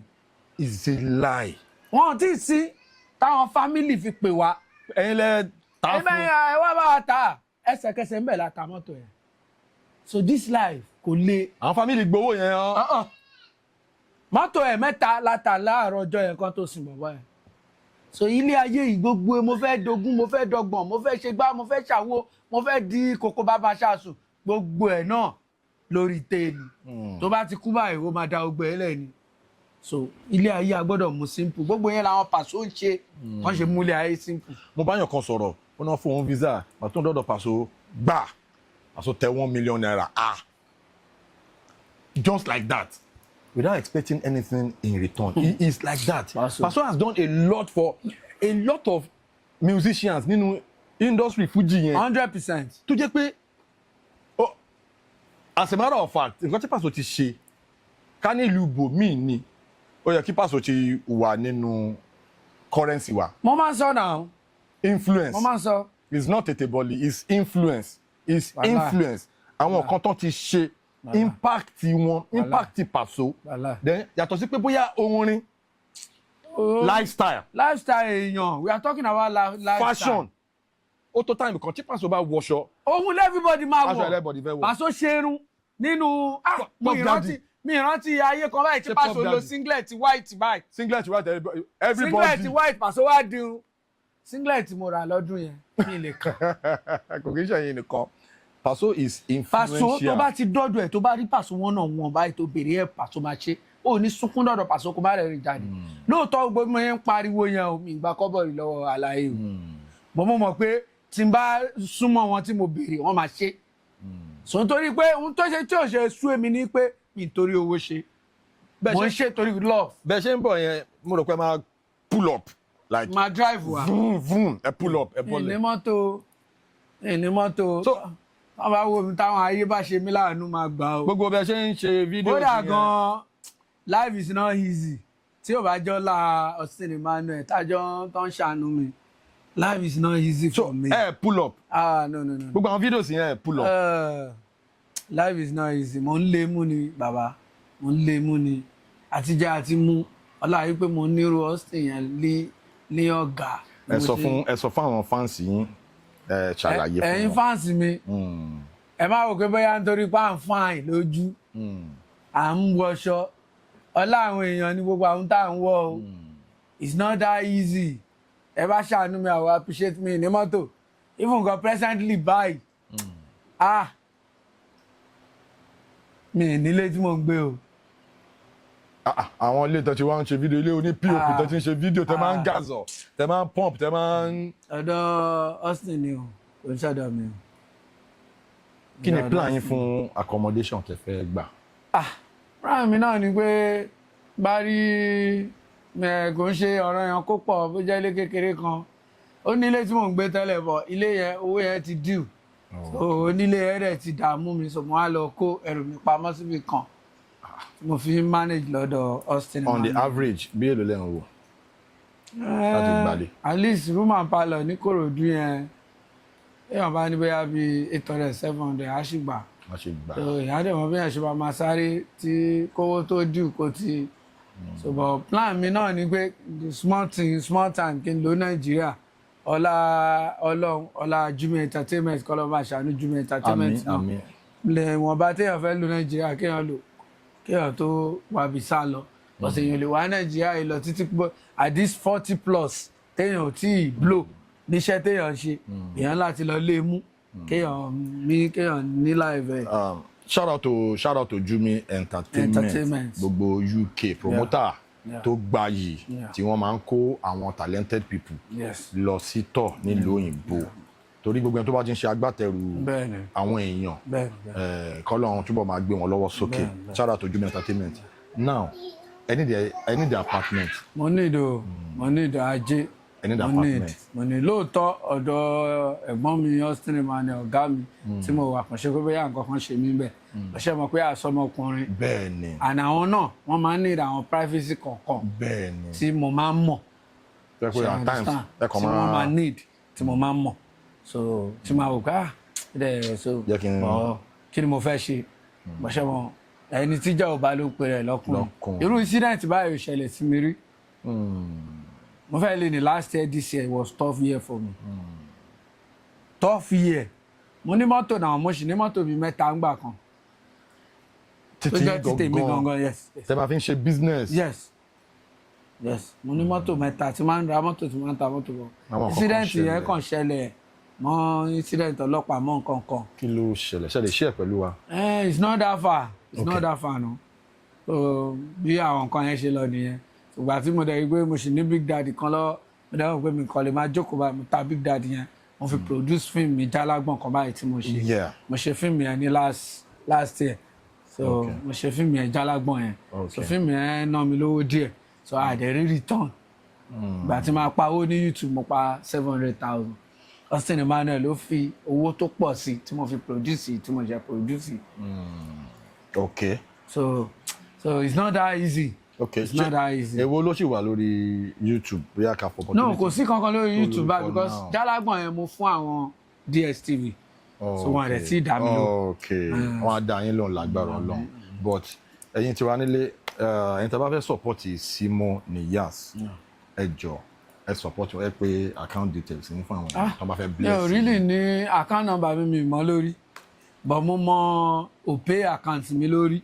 Òun náà dẹ̀ lè gba any amount. So it's my number 90 22 61 14 26 90 22 61 14 26. So that is my Opay. Ọlálẹ̀ Ismail number bambe Opay account. Then ẹ pè number yẹn fún a lot of people tó bá fẹ́ bá mi sọ̀rọ̀. Ẹ máa ń ṣe MC. Mo máa ń ṣe MC. You are an actor. Yes. A lot of people don't want to reach out to see you. You don't have events, that don't have movie for opportunity. 090, òun náà ni Opay account mi. 090 22 61 14 26. 090 22 61 14 26.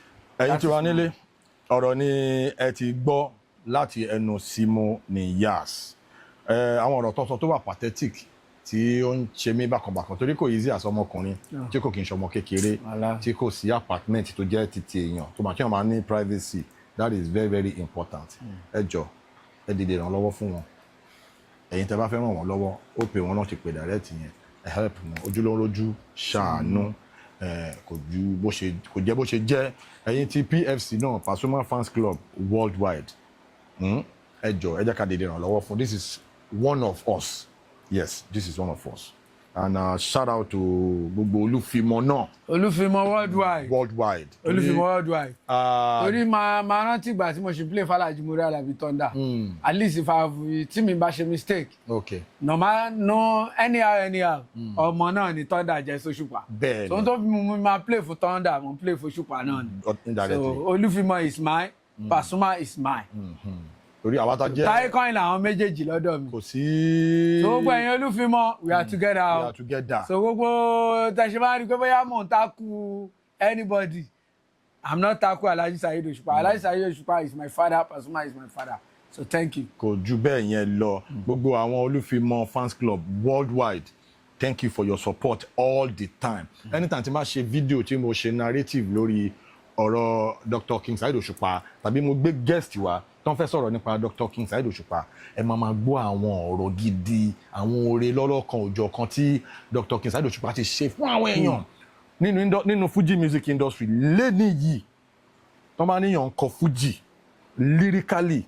èmi máa ń sọ fún àwọn èèyàn wọ́n máa ń mix ẹ̀ pọ̀ tó bá wà ní school àwọn tí wọ́n lọ sí higher institution ọ̀tọ̀ ni lecturer tó ń kọ́ Yorùbá ọ̀tọ̀ ni lecturer tó ń kọ́ economics ọ̀tọ̀ ni lecturer tó ń kọ́ English ṣe understand so bẹ́ẹ̀ ni Pasuma àti Alhaji Saheed Òṣùpá Alhaji Saheed Òṣùpá lecturer tí wọn Yorùbá náà teach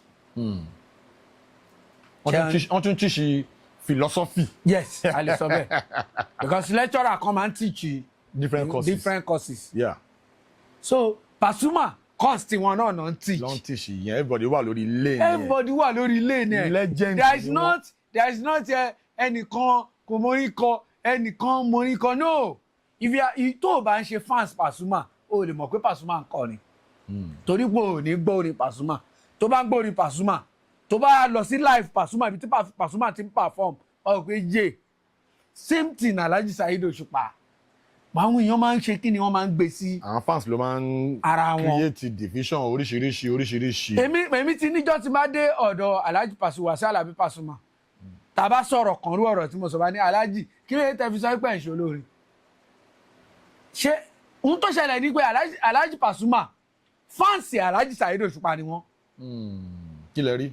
ní tí mo rí lélẹ̀ wọ́n gbọ́ orin Alhaji Saheed Òṣùpá débi pé òwe yé bàbá yìí kun orin. ó kọrin pa àwọn ọ̀dẹ̀ kí n hide ẹ̀ wọ́n máa ń sọ. torí wípé àwọn fúnra wọ́n jẹ́ fáǹsì wọ́n jẹ́ olólùfẹ́ Alhaji Saheed Òṣùpá tí Pasuma fúnra wọn bá mọ̀ pé àwọn kọrin wọn ní sọ pé entertainment làwọn. entertainer làwọn. Pasuma is good musician.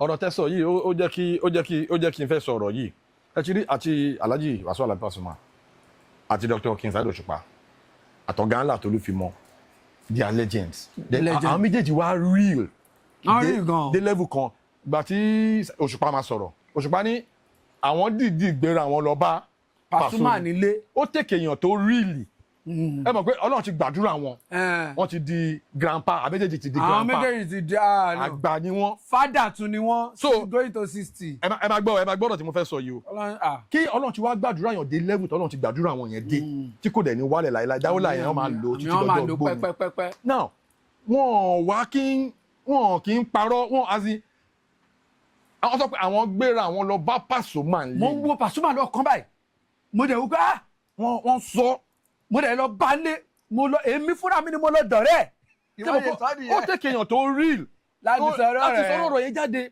tí Pasuma bá máa sọ̀rọ̀ wọn gbọ́ Òṣùpá òun kọ orin olórin làwọn náà o bẹ́ẹ̀ ni kó lórí tó máa fọ́ kó lórí acknowledge olórin ẹgbẹ́ pé bàbá yòó ń kọrin. ṣe understand òun ni mo fi ní fáǹsì ni fáǹsì Alhaji Saheed Òṣùpá ní Pasuma. ẹ wá wo àwọn méjèèjì bọ́n ṣe wá di ọ̀rẹ́ lè nìyí but àwọn fans ló ń create oríṣiríṣi division so shout out to King Dr. Saheed Òṣùpá because nínú Fuji music àwọn ipa tán ti kó kò kí n ṣe nǹkan tó easy ẹ wo agboolé Olúfimọ ẹ máa rà nínú ìfàyà. tó tì látìgbà tán ti ń tì yẹn dìbì tán ti dé kò easy. ẹ mọ iye èèyàn tó ti kú sọ́nà ẹ mọ iye èèyàn tí kò tiẹ̀ mọ ohun tó fẹ́ kọ mọ́ ó wà bẹ́ẹ̀ lóní Fuji tó ti rẹ́rìn tó sì wà o tí ó dẹ̀ mọ ohun tó fẹ́ kọ mọ́ tó sì wà oní Fuji mi tó ti rẹ́rìn ó sì wà tí yẹ pé tẹ bá gbé máìkì fún lẹ́nì ó máa kọrin bí upcoming Fuji artist kò ń ṣòun náà ó ń kọrin bí kádàrá ẹ̀ ṣe bí wà nìyẹn kíni ẹ ṣe ń sound nìyẹn now another thing tí mo tún fẹ́ highlight nínú story Òṣùpá òun ni wípé story wọn yẹn ó máa ń wà inspiring torí kò easy kí èèyàn ṣe first album second album third album mo fẹ́ lè sọ pé orí third album làwọn èèyàn ṣẹ̀ṣẹ̀ accept King Dr. Saheed Òṣùpá like èmi mú ìjọba mo ṣe ń sìn but tí wọ́n ṣe Master Blaster tí Master Blaster yẹn blow out everywhere burst people like us someone like mafi pé bóyá first album King Dr. Saheed Òṣùpá ni Master Blaster meanwhile wọ́n ti ṣe album now Master Blaster yẹn kàn jẹ́ mọ́ album tó kẹnu gan tó blow now nǹkan tí mo sọ ni pé kéèyàn tó ní ìfaradà ìforítì ẹ mọ̀ pé tẹ́ bá ṣe nǹkan tí kò lọ dáadáa tọ́jú ìṣẹ̀lẹ̀ kejì tí kò fi bẹ́ẹ̀ ẹlẹ́kẹta ẹlòmíì tí kò ní kíní á ti sá lọ. mo wo live music Alhaji Saheed Òṣùpá kan wọ́n ní àwọn tí ń kọrin láti jẹ́ pé kò sówó lọ́wọ́ àwọn èèyàn kan máa ń rò pa àwọn lówó ni. wọ́n dẹ̀ ń kọrin. ẹ wo orú ìfaradà tán ní. tán níyẹn. gbogbo ìgbà t'Alhaji Saheed Òṣùpá ń sọ yẹn bíi 10 years ago ni kò tí ì pẹ́ o táwa ti rò pọ́n ti wà òkè. wọ́n nígbà yẹn bọ̀ Pasuma wà òkè. wọ́n ní mákẹ́tà kọjá àwọn ní bílíọ̀nù àwọn ẹ̀sán mọ owó tó pọ̀ gan. millions ó dẹ̀ lọ ságbo Pasuma ó dẹ̀ lọ ná bíi 1 million bẹ́ẹ̀. ó dẹ̀ jà wọ́n lówó. wọ́n nígbà táwọn ń lọlé ṣe ni àwọn mọ́tò tí àwọn tí mákẹ́tà yẹn dà àwọn jí ọwọ́ yẹn dànù àwọn fẹ́ sọ mọ́tò yẹn sí Tumbler Bridge mákẹ́tà yẹn tó kẹ́ ẹ́ wò jọ́ńdọ̀ lọ ẹ̀yà fún mi lákàntì ló sáré tẹ̀ owó àwọn. Can imagine. àìwò farada. wọ́n ní gbogbo ìgbà yẹn àwọn ní farada ní ẹwúyẹ farada tí bàbá yẹn ní torí yẹn ò dé sú wọn. tí wọn ò dẹ̀ rí lẹ́ẹ̀. wọ́n ṣẹ̀ wá ń jẹun báyìí wọ́n dẹ̀ ti ń jẹun yẹn gan báyìí ni. so gbogbo story wọn yẹn ó tó kó inspire a lot of kò kí n ṣàwọn ní Fuji nìkan ni story ẹ̀ máa inspire ó máa inspire everybody. torí tó bá ń ṣe nǹkan tó ń lù tí àwọn family ń discourage ẹ̀ torí tó bá ti mú wálé àwọn family máa kíkì ẹ ní pé bọ̀bọ̀ owó ṣẹ́ la rí àrò owó ìwọ gangan fúnra rẹ ò ní gbádùn ààrẹ wọ́n máa sọ fún ẹ pé ṣé ìwọ gan love ààrẹ tó bá ní pé bèbù yẹn torí pé ò lówó kò love mi ṣé ìwọ gangan fúnra rẹ love ààrẹ no bí o ṣe jí tí kò sówó kankan tó mọ nǹkan tó fẹ́ jẹ yẹn ṣé o like ààrẹ bẹ́ẹ̀ kéèyàn kan máa like ẹ bẹ́ẹ̀ tẹ́lẹ̀ pé kò kí n ṣe nǹkan tó easy so story Dr. King Saheed Òṣùpá ó máa wà touching ó máa wà inspiring tó bá ti wá ń sọ̀rọ̀ ó máa wá ń real pé táìmù kan kò sí nǹkan kan àwọn dẹ̀ ń kọrin àwọn kan yàtì wọn ò dẹ̀ relent. ẹlòmíì ti máa relent. oh my god. gbogbo ohun tó ṣàwọn yìí náà ló ti ṣàwọn náà rí. ẹ̀yin sọ pé ẹ ṣe dé pọ́ǹtì kan ẹ kàn wọ́n pé Fuji music wo jẹ́ ń lọ sínú ẹ quit ẹ kúrò bẹ́ẹ̀. mo ṣe jump gbà tó tún wáyà mo tún wá kó òun sí mo tún gba Abẹ́òkúta lọ. mo máa lọ sí agbo àwọn Déolú Jẹ̀lílì Onírú àwọn oríṣiríṣi àwọn agbo wọn tún fẹ́ lọ máa gba mic tó kí n lè meet up. kẹ́tì ẹ̀ hàn. ẹ̀yà atọ́kùn kò bá kò easy. so ẹ jẹ́ ká kí Òṣùpá kò ṣe nǹkan tó fọ́n ní. ṣé wàá wò wọ́n àwọn náà fèsì nǹkan tí mo fèsì yẹn rí o wọ́n dẹ̀ jẹ lọ. wọ́n ní àforítì wọ́n dúró wọ́n ní gbàgbọ́. Alhaji Múrí Àlàbí Thunder sọ story kan fún mi torí pé mo máa ń ná opportunity kan tí n bá wà pẹ̀lú ọ̀gá kan máa ń ná opportunity pé máa ń wà pẹ̀lú ọ̀gá yẹn wọ́n náà wọn bọ́lá ṣe dá mi nìyẹn. gbà tí mò ń gbèrín f'Alhaji Múrí Àlàbí Thunder àwọn táàjọ wà tó kù wọn lè súnmọ́ wọn èmi máa ń ná opportunity láti bá wọn sọ̀rọ̀. ẹ jókòó báyìí wọn náà wọn. bẹ́ẹ̀ ni máa ń bá mọ́ mi wọn sọ̀rọ̀ máa ń sunlé wọn dáadáa ní Alhaji Múrí Àlàbí Thunder. Alhaji ní nígbà táwọn fẹ́ bẹ̀rẹ̀ Fuji àwọn òrópó lè débi táwọn wà yìí wọn náà àwọn máa ń lọ sí patí àwọn máa ń lọ fẹnu kọrin wọn fi máa fáwọn lóúnjẹ fáwọn lówó nígbà yẹn ni kó tó di pé àwọn èèyàn wá rí gbá ó lè ṣe náà fi ń jí wéré àwọn fi bẹ̀rẹ̀ sí jí wéré ní ọ̀dọ̀ àwọn Ajégúnlẹ̀ tó fi dòun wọn náà ọkọrin kan gbà kan pé àwọn èèyàn ò mọ̀ láyé Àlàkẹ́ lásìsì yo bàbá Àlàkẹ́ á pè eléré méjì pọ̀ ànìkan á fi gàgbàgà kan lè mọ̀ ọ̀gá ẹ má kọrin olórin ẹ má lùlù nílùú o ẹ gbọ́dọ̀ jó kọjá àwàyà ẹnikẹ́ni tó bá wá gbà champion la máa gbé kéré fún un. wọ́n ní orin yẹn àwọn èèyàn mọ̀ pé ríù ni wọ́n ní gbà yẹn àwọn máa ń lọ kọrin lọ́dọ̀ bàbá yẹn ló máa ń hòsì àwọn olórin wọ́n sọ fún èmi omi mọ̀ bóyá irọ́ àbò tọ́ wọ́n nígbà yẹn làwọn ti mọ Alhaji Saheed Òṣùpá bàbá yẹn ló máa ń host orin fún wọn tó máa host orin wọ́n ní gbogbo ìgbà yẹn first làwọn máa ń gbé wọ́n nígbà yẹn làwọn tó fà iṣẹ́ ọ̀nà ni. ó ṣú ọ̀fà wọn. because Alhaji Múrí Àlàbí Thunder náà wọ́n kéwú dáàdi wọn àfáà ni wọn àwọn náà lọ lè kéwú dáadáa. Wow. so àwọn pípù yẹn àwọn náà wọ́n gbá sọ́ọ̀gù gan Ọlọ́run fi ṣàánú wọn wọ́n gbá sọ́ọ̀gù. kí Ọlọ́run jẹ́ kán pẹ́ fún wa. àmín. they are legends in the game. ó yẹ kó máa celebrate wọn ju level tá à ń celebrate wọn yìí lọ torí àwọn Ọlọ́run represent culture wa. so a lot of people tí wọ́n mọ̀ even tẹ́ bá wo Afrobeat landscape yẹn sìn ẹ máa rí pé a lot of them ti ń tap wọnú inspiration Fuji music.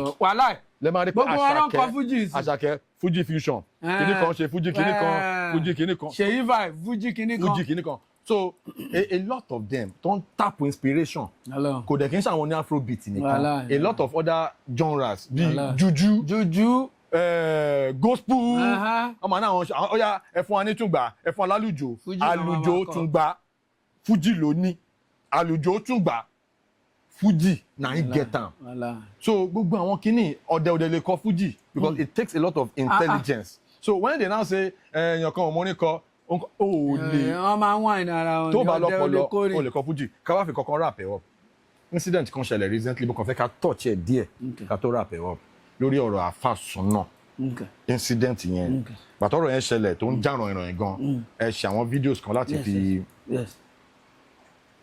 rẹ́gbẹ̀tìrẹ́gbẹ̀ kí ni take yín kí ni comment yín lórí ẹ̀. aláwọ̀kan nǹkan tó jẹ́ kí n ṣe fídíò yẹn ni pé olóòtú ṣe rí èmi bí mo ṣe wà tí ọmọ tí Paso bínú tó bá bú Paso máa bú o níbi tí mo love Paso dé máa bú o tí àbúrò Paso tó bá bú Paso tí n bá mọ̀ máa bú àbúrò wọn yẹn o that is irú fans tèmi jẹ́ sí Paso bẹ́ẹ̀ mi ṣe love Paso tó so tí mo ṣe rí fídíò bí mo ṣe kọ́kọ́ rí voice yẹn mo kọ́kọ́ lẹ̀ bí ọjọ́ kan sọ́jọ́ méjì. ó ṣọ́ọ̀kì yín bákan.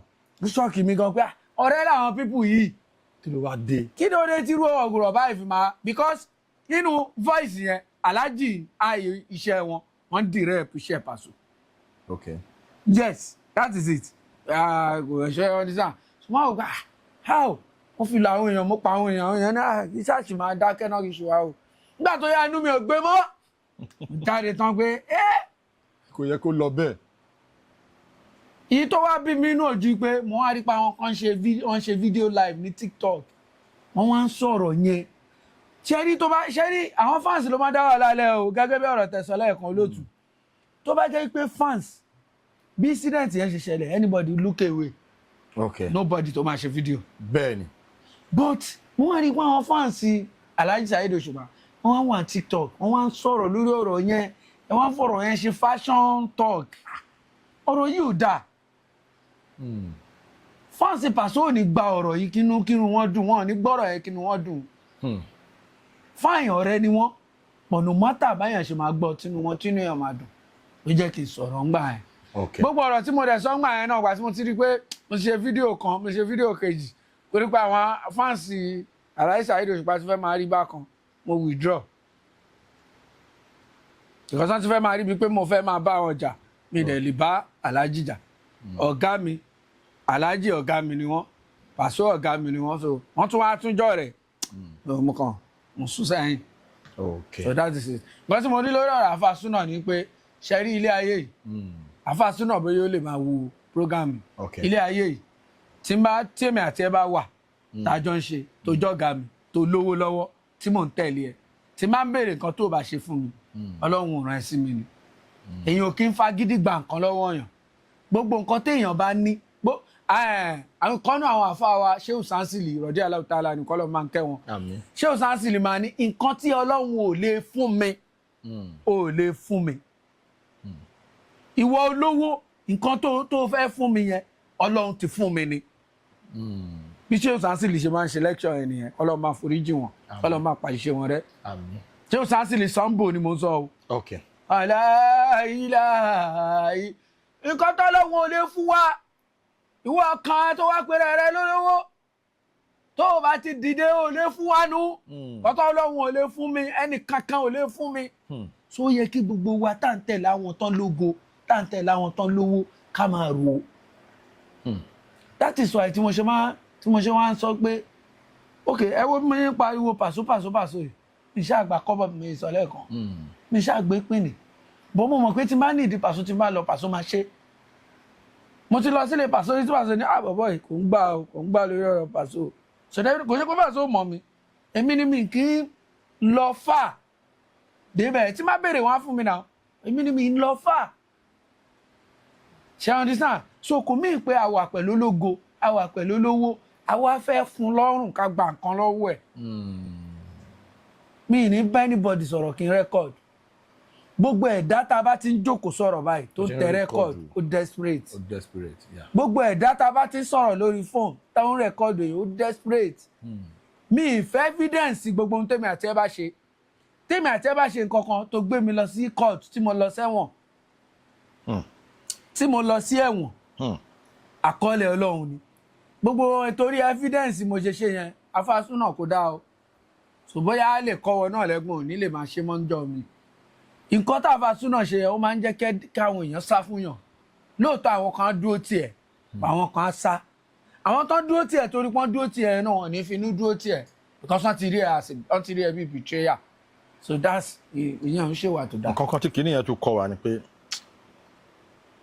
kò kí n ṣe gbogbo èèyàn lèèyàn máa trust. Yes, gbogbo èèyàn kọ́ èèyàn máa trust. kò kí n ṣe gbogbo èèyàn lèèyàn máa gbára lé. Yes. nǹkan tí kìíní yẹn kọ́ wa nìyẹn then tí kìíní yẹn damage tí kìíní yẹn tún cause báyìí.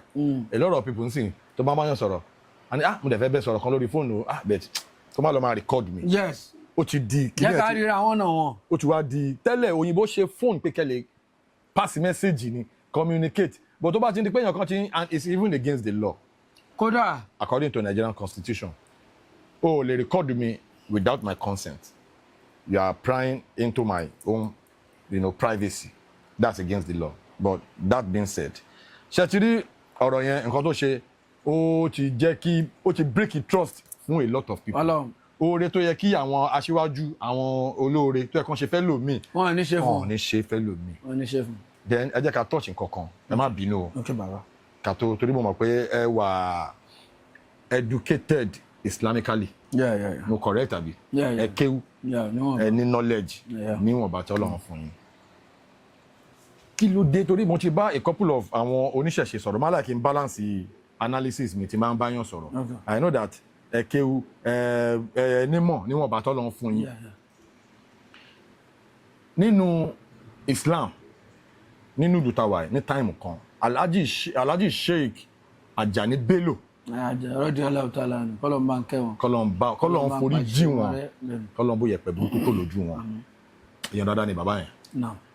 bàbá yẹn wọ́n jẹ́ ọ̀kan gbòógì lára àwọn sheik àwọn àfáà ńláńlá tó máa ń sọ òótọ́ ọ̀rọ̀ fún àwọn alágbára fún àwọn olóṣèlú. tí ó sẹ́ni tó bá wọn lẹ́rù. o bá jẹ́ president tó bá ti invite wọn wọn ò ní ganu wá àwọn ò kì í ganu lọ ó máa pè wọ́n máa invite wọn ní cordially tán bá wá wọ́n máa bá ẹ sọ òótọ́ ọ̀rọ̀ pé bàbá alágbára ni Ọlọ́run ti fún yín nípò àwọn nǹkan báyìí lẹ́ ń ṣe tẹ́ fi ń ni àwọn aráàlú lára ẹ jọ̀ọ́ ẹ ronúpìwàdà nǹkan báyìí nígbà yẹn bàbá yẹn máa ń ṣe bẹ́ẹ̀ títí tí Ọlọ́run tó fi jẹ́ Ọlọ́run pè k'Ọlọ́run foríjì bàbá yẹn lẹ́ẹ̀kan sí.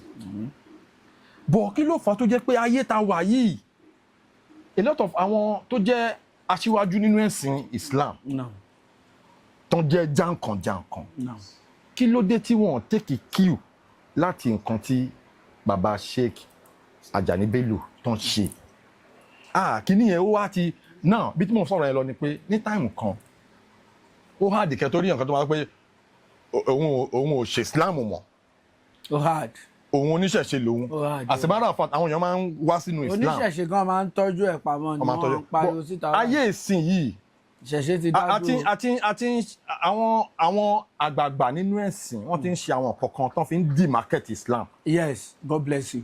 Amen. Tí ẹ ti ń ráwọn èèyàn tán ti ń jáde pé oníṣẹ̀ṣe ni mí mi ti ẹ̀ ṣe Islam mọ́ àwọn èèyàn ti wá people are now coming out tẹ́lẹ̀ kò sí nǹkan tó jọ bẹ́ẹ̀ but now ó ti wá ní pé àwọn ìgbésẹ̀ kan táwọn àgbààgbà nínú ẹ̀sìn yìí nínú Islam tó ń gbé bóyá wọn ò mọ̀ wọ́n ń demarket Islam. wọ́n ń demarket ẹ̀ o seriously. online ẹ̀kọ́ máa rí oríṣiríṣi tó máa throw banter tó máa bára wọn jà tó máa tẹ́ pé fúnra wọn tó máa ṣe oríṣiríṣi. ọ̀rọ̀ tí ò yẹ kó dọ̀ online. àwọn kan tó jẹ́ pé ànábì gan wò sallallahu alaihi wasallam ànábì ò wọ àwọn orúwà yẹn lára àwọn tó ń sọ̀rọ̀ ànábì nínú hadith ìwà yàtọ̀ sí ẹ̀sìn ìwà ànábì ni a lot of àwọn kèfèrí ló fi gba Islam. ànábì tí sallallahu alaihi wasallam tí kèfèrí kan ó máa kó ẹ̀gún ó máa kó giburuku akólẹ̀ síbi tánàbì gbà lọ sí mosque nífẹ̀ẹ́ rẹ̀ ànábì máa débẹ̀ èyí tó bá lè yọ kó èyí tí ó bá lè yọ àgbàbò mi níjọ́ tí kèfèrí yẹn tí ò kogi burúkú sọ́nà tí ò kogi ẹ̀gún sọ́nà ànábì béèrè ẹ̀ aláwòye tó máa ń dí wa lọ́nà tí ò jẹ́ kí tó máa ń dí wa lọ́nà tí ò fẹ́ ká máa lọ kírun yìí nǹkan ó ní ó máa rẹ ni ó rẹ kẹ ànábì wà lọ sílé sallallahu alaihi wasallam ànábì wà lọ sí ilé ànábì rí pò rẹ̀ ànábì dẹ̀ ṣàdúrà fún ààrẹ ẹ̀yà wọ́n wò pé pẹ̀lú gbogbo ọ̀ka tí mò ń ṣe sí wọ́n ọmọkùnrin yìí ó gbọ́ pé ó wẹ́rẹ̀ mi ó wá mi wálé ẹ̀sìn tó ń sìn yẹn mo ti ṣe tán láti sìn bó ṣe ráwọn àfáànsìn kọ́ ló ń dáríjì mi àwọn ọlọ́run dẹ̀ ròyìn wọn nínú Quran pé aliwula mọ́kù wà rọ̀sàntàlá àbíyá ẹ̀. Kí ni ìyẹn mean? Kò lẹ́yìn àwọn ànábì àwọn àfáà ló tún kọ̀ kò lè sànábì mọ́ lẹ́yìn àfáà. Lẹ́yìn ànábì Muhammad torí pé ànábì là ànábì tó wá gbẹ̀yìn. Àwọn àfáà ló tún kọ̀ kí ló wá dé tí àwọn àfáà sìn àwọn bàbá wa kan sì wà kan sì dá o bí àwọn ṣéwù rọ́bìù àwọn bàbá wa yẹn pọ̀ bẹ́ẹ̀ tán sì lálùbáríkà wọ́n pọ̀ ńlọrin wọ́n pọ̀ káàkiri tán sì dá ó ṣe ráwọn àfáà tán fẹ́ gbé tán ń gbé lẹ́gẹ́sì àwọn bàbá wa yẹn tán fẹ́ máa díwọ́nú yẹpẹ̀ wọ́n fẹ́ bà nǹkan jẹ́ o tí àwọn kan tí wọ́n wá sọ táàfà kan wá sọ online Murphy Afọlábí ẹlẹ́bọ ni kò yẹ káyẹ wọn àwọn àfáà sí ẹjọ́ láàrin èmi àti kí ló kàn àfáà nínú láìfẹ́ òkú tó kú ẹ̀yin àfáà náà lẹ́dẹ̀ kọ́ wa wípé tó kú wá kú kò dáa ká máa sọ báàdì ń pa ẹ̀ wá sórí social media ń sọ̀rọ̀ débi pé àwọn èèyàn gbájá ń gbà yẹn tán fẹ́ ba tiẹ̀ jẹ́ náà ló yọ ó sá lọ ni. ọ̀rọ̀ tẹ́ sọ yìí ẹ jẹ́ kí n buttress ẹ kí ló dé pé irú àwọn àfáà tá à ń sọ tó ń di market Islam yìí kí ló dé tí wọn máa lo the same energy láti máa fi pààyàn fààyàn mọ́ra láti máa bá àwọn òṣèlú àwọn politicians wa kí ló dé tí wọn kì í lo energy yẹn láti máa fi bá wọn yẹn sọ òótọ́ ọ̀rọ̀ nítorí tó jẹ́ pé tó bá ti ẹ má bínú tó bá ti invite wọn táwọn governors àwọn president tó bá ti àwọn olóṣèlú tó bá ti invite wọn ọ̀rọ̀ táwọn yẹn fẹ́ gbọ́ ló máa ń sọ fún wọn wọn kì í sọ òótọ́ ọ̀rọ̀ bọ́n ṣe ń ṣe kí ló dé tí wọn kì í lo energy yẹn sí side yẹn wọ́n máa dákẹ́ tó bá ti di time yẹn máa dákẹ́. nítorí wípé ó ti di wálé àṣírí iná lìzánà láfi usri. kí ni ìyẹn tún mú. lálẹ́dínà àmọ́nú ṣẹ́rí tó bá ti di ìgbẹ̀yìn ayé tó bá ti di ìgbẹ̀yìn ayé different person lẹ́ máa rí irú àwọn kan wà àwọn ìṣe àfa oúnjẹ tó fẹ́ jẹ náà wá sí dídì àfa ṣebí inú àwọn àfa yìí náà la rí tó jẹ́ pé gbogbo ìgbésí ayé ẹ̀ online ṣáfà nìyẹn ṣá àfa tó bá já àfa tó fẹ́ kọ́mọ́nkéw tó fẹ́ dá àfa tó ń ṣe jálíbù tó fẹ́ dá wọn tán wá tí nǹkan ṣe tó fẹ́ dá ṣó máa ráyè online tó bá fẹ́ ráyè online gan little ni ṣe understand àfa mi fẹ́ kú sí online lórí wípé online yẹn ló ti ń jẹ àwọn àfa kan tẹ̀ tún wà ní TikTok yẹn online náà ti ń ṣàṣàlátù. kí má tiẹ̀ dárúkọ ọ̀kan nìyẹn bá jí ló bá ní àfa lòun náà ló bá ní òṣùpá máa kú ní ọ̀tá òṣùpá máa kú ní kinní kan ló bá di yànmọ̀. ẹ worú ọmọ tẹ́ ń wò yẹn tó rọ́mọ ékeré ni tó ń pèrè láàfà ẹ worú ọmọ tẹ́ ń wò yẹn ẹ rí pé ó ti ní ọdẹ orí tó bá dárò wọ́n máa mú lẹ̀ ní wọn níjó lọ ẹ rí pé bóyá ń sọ̀rọ̀ ẹ máa rí pé ó lọ́dẹ orí because nígbà tó tún sọ̀rọ̀ ẹ tán tó tún bẹ̀bẹ̀ ó tún sì ń sọ̀rọ̀ somehow náà. so àwọn nǹkan tó ń ṣe yìí ó ń di market Islam. ó ń di market Islam ni. lè máa fi rí pé a lot of people náà sìn ó ti wá di pé ok tẹ́ bá ti takù wa àwa gan máa takù yín. èmi ti máa ń sọ tipẹ́ bàbá mo máa ń sọ fún àwọn fans Alhaji Wasiu Abi Pasuma mo máa ń sọ fún wọn pé má búya mi tó o bá búya mi èmi náà búya ẹ̀. àbí kí n bú bàbá ẹ. tó o bá bú bàbá mi èmi náà bú bàbá ẹ bẹ́ẹ̀ lọ́rọ̀ Islam má bu ẹ̀sìn ẹlẹ́sìn nígbà tó ní ẹlẹ́bọ ò dáa ìjọ wo náà bí ẹ tó nǹkan kó ń sọ̀rọ̀ ẹlẹ́bọ wọ́n bí ẹ bánú ẹbọ yìí ni wọ́n bí ẹ ẹbọ ti wà kán tó bí bàbá lákú bàbá ẹ. torí ẹ̀sìn àbáláyé ni. nazawua ìwọ wá ń sọ̀rọ̀ ẹbọ yẹn kí ló dé tó gbajúmọ̀ bó ṣe fẹ́ pèèyàn sẹ́sìn tiẹ̀ ó dàbí nísìn ẹ jẹ́ kí n ṣàpèjúwe ọ̀rọ̀ girlfriend ẹ ti fẹ́ nìkan rí ẹ ti understand ẹni yẹn ó wá fẹ́ mi ó wá ń dọ́gbọ́n ṣe kinní kan ó wá fẹ́ máa sọ̀rọ̀ yín láìda mo wá ṣọ̀tọ̀ ibi tó o bá ń lọ ni kó o lọ àbọ́kùnrin tí ọ̀rẹ́ ẹ̀ ti fẹ́ ọkùnrin ọ̀rẹ́ ẹ̀ ti fẹ́ obìnrin kan rí ó wá fẹ́ toast ọmọ yẹn ó wá ń ba ọ̀rẹ́ ẹ̀ jẹ́ torí kò lè ráyè fẹ́ rọ́bìṣì ló ń ṣe bọ̀bọ̀ polówó ọjà tiẹ̀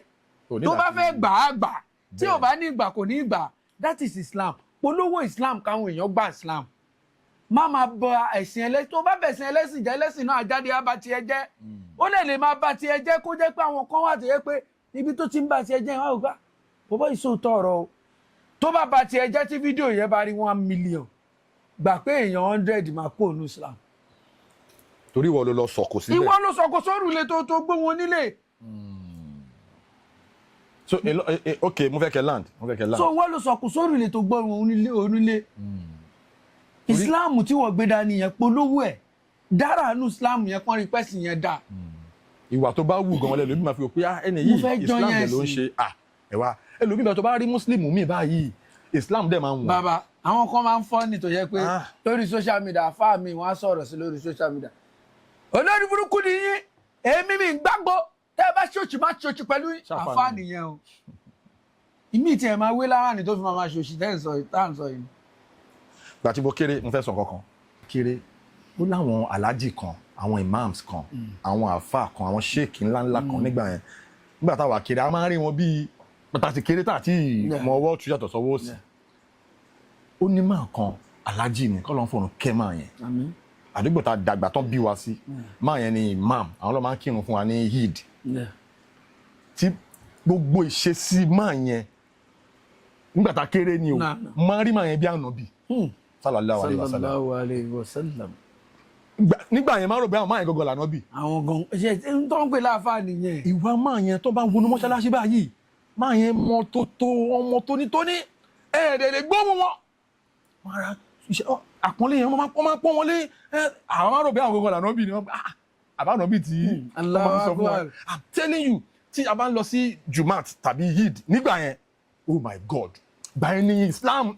Islam ṣì dáa social media ti bà nǹkan jẹ́ gan bàbá àkọmọ ni. no social media kọ́ àwa èèyàn tá à ń wà nínú ẹ̀sìn tá à ń lo social media yẹn lílò tá à ń lò ló ń ṣe oríṣiríṣi nǹkan. now tá bá lọ sí Eid àbí Jumat tálàjì yẹn ìmáàmù yẹn wọ́n máa ń kíní àlèkínbà lọ́ máa ń pè àbí wọ́n máa da kíní àsára báyìí tí wọ́n bá ń lọ ọmọdéla bíi 3 ló máa ń cover bàbá yẹn nìkan.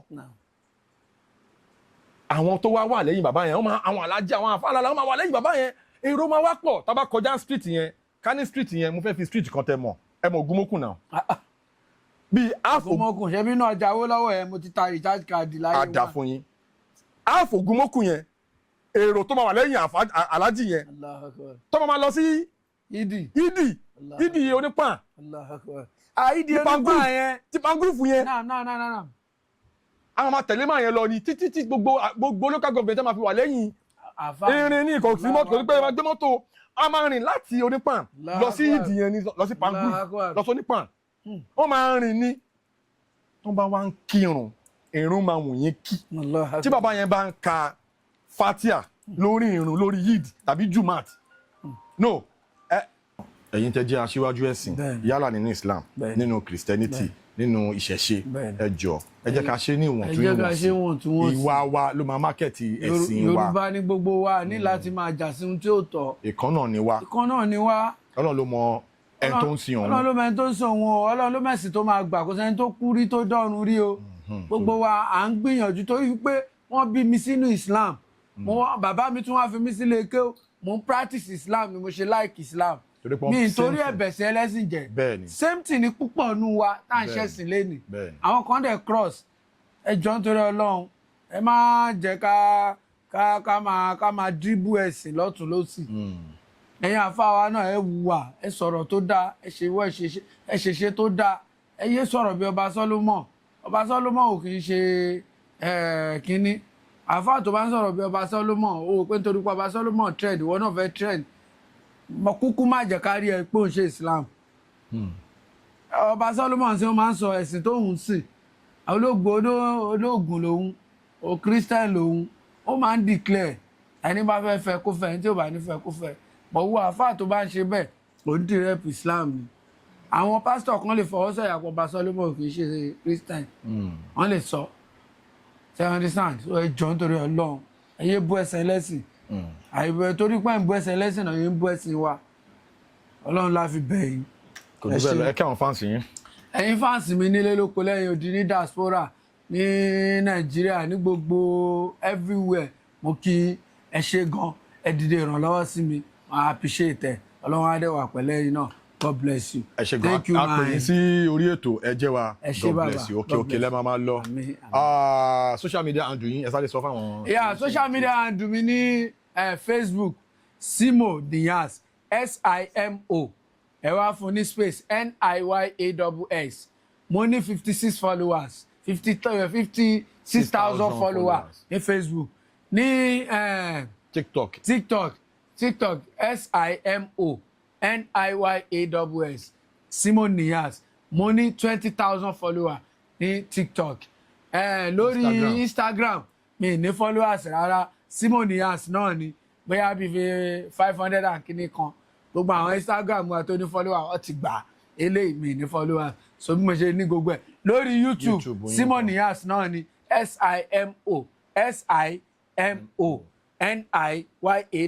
Simoniyass ẹ ti máa rí mo ti fi brand mi sí gbogbo ẹ̀ God bless you ẹ jọ̀ọ́ follow me thank you so much thank you. ẹ ṣé gan o ẹ bá wọn lọ sórí YouTube wọn Simoniyass TV àbí. bẹ́ẹ̀ni ẹ lọ bá wọn subscribe síbẹ̀ àwọn fíìmù yìí iṣẹ́ tí fi síbẹ̀ àwọn fíìmù. mi ti fi sí àwọn content tí máa ń ṣe ni mo fi sí content tẹ́ ẹ bá ti wò rí àbí tẹ́ bá wò mo fẹ́ pé subscriber ẹ̀ kó pé tó bá ti pé a máa fi fíìmù sí. ok ẹ̀yin tí wà nílé ẹ ṣe shower everything kó pé màá lè máa fi fíìmù sí. ẹ ṣé gan ẹ̀yin tí wà nílé as we come to the end of this edition God bless you for your support gbogbo ẹ̀yin tí ẹ bá fẹ́ ṣe agbátẹrù wa lórí ètò tẹ́ bá fi pé bóyá ẹ ní nílé tí ẹ bá fẹ́ ṣe agbátẹrù wa ní orí ètò bóyá ẹ ní business kan tàbọ́jà kan tẹ́ fẹ́ tà tẹ́ fẹ́ jẹ́ kí àwọn ayé gbọ́ ilé kan lẹ fẹ́ tà ní ilẹ̀ kan lẹ fẹ́ rà ní tẹ́ fẹ́ jẹ́ kí àwọn èèyàn mọ̀ ẹ jọ̀ọ́ ẹ gbé wá sí orí ètò ẹ pè wá lórí aago yìí 08112658010 ẹ pè wá lẹ́ẹ̀kan sí 0811265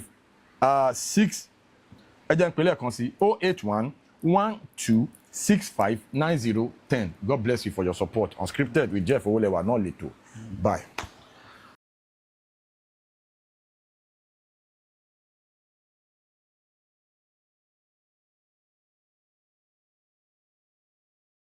Please subscribe to my YouTube channel and press the notification button.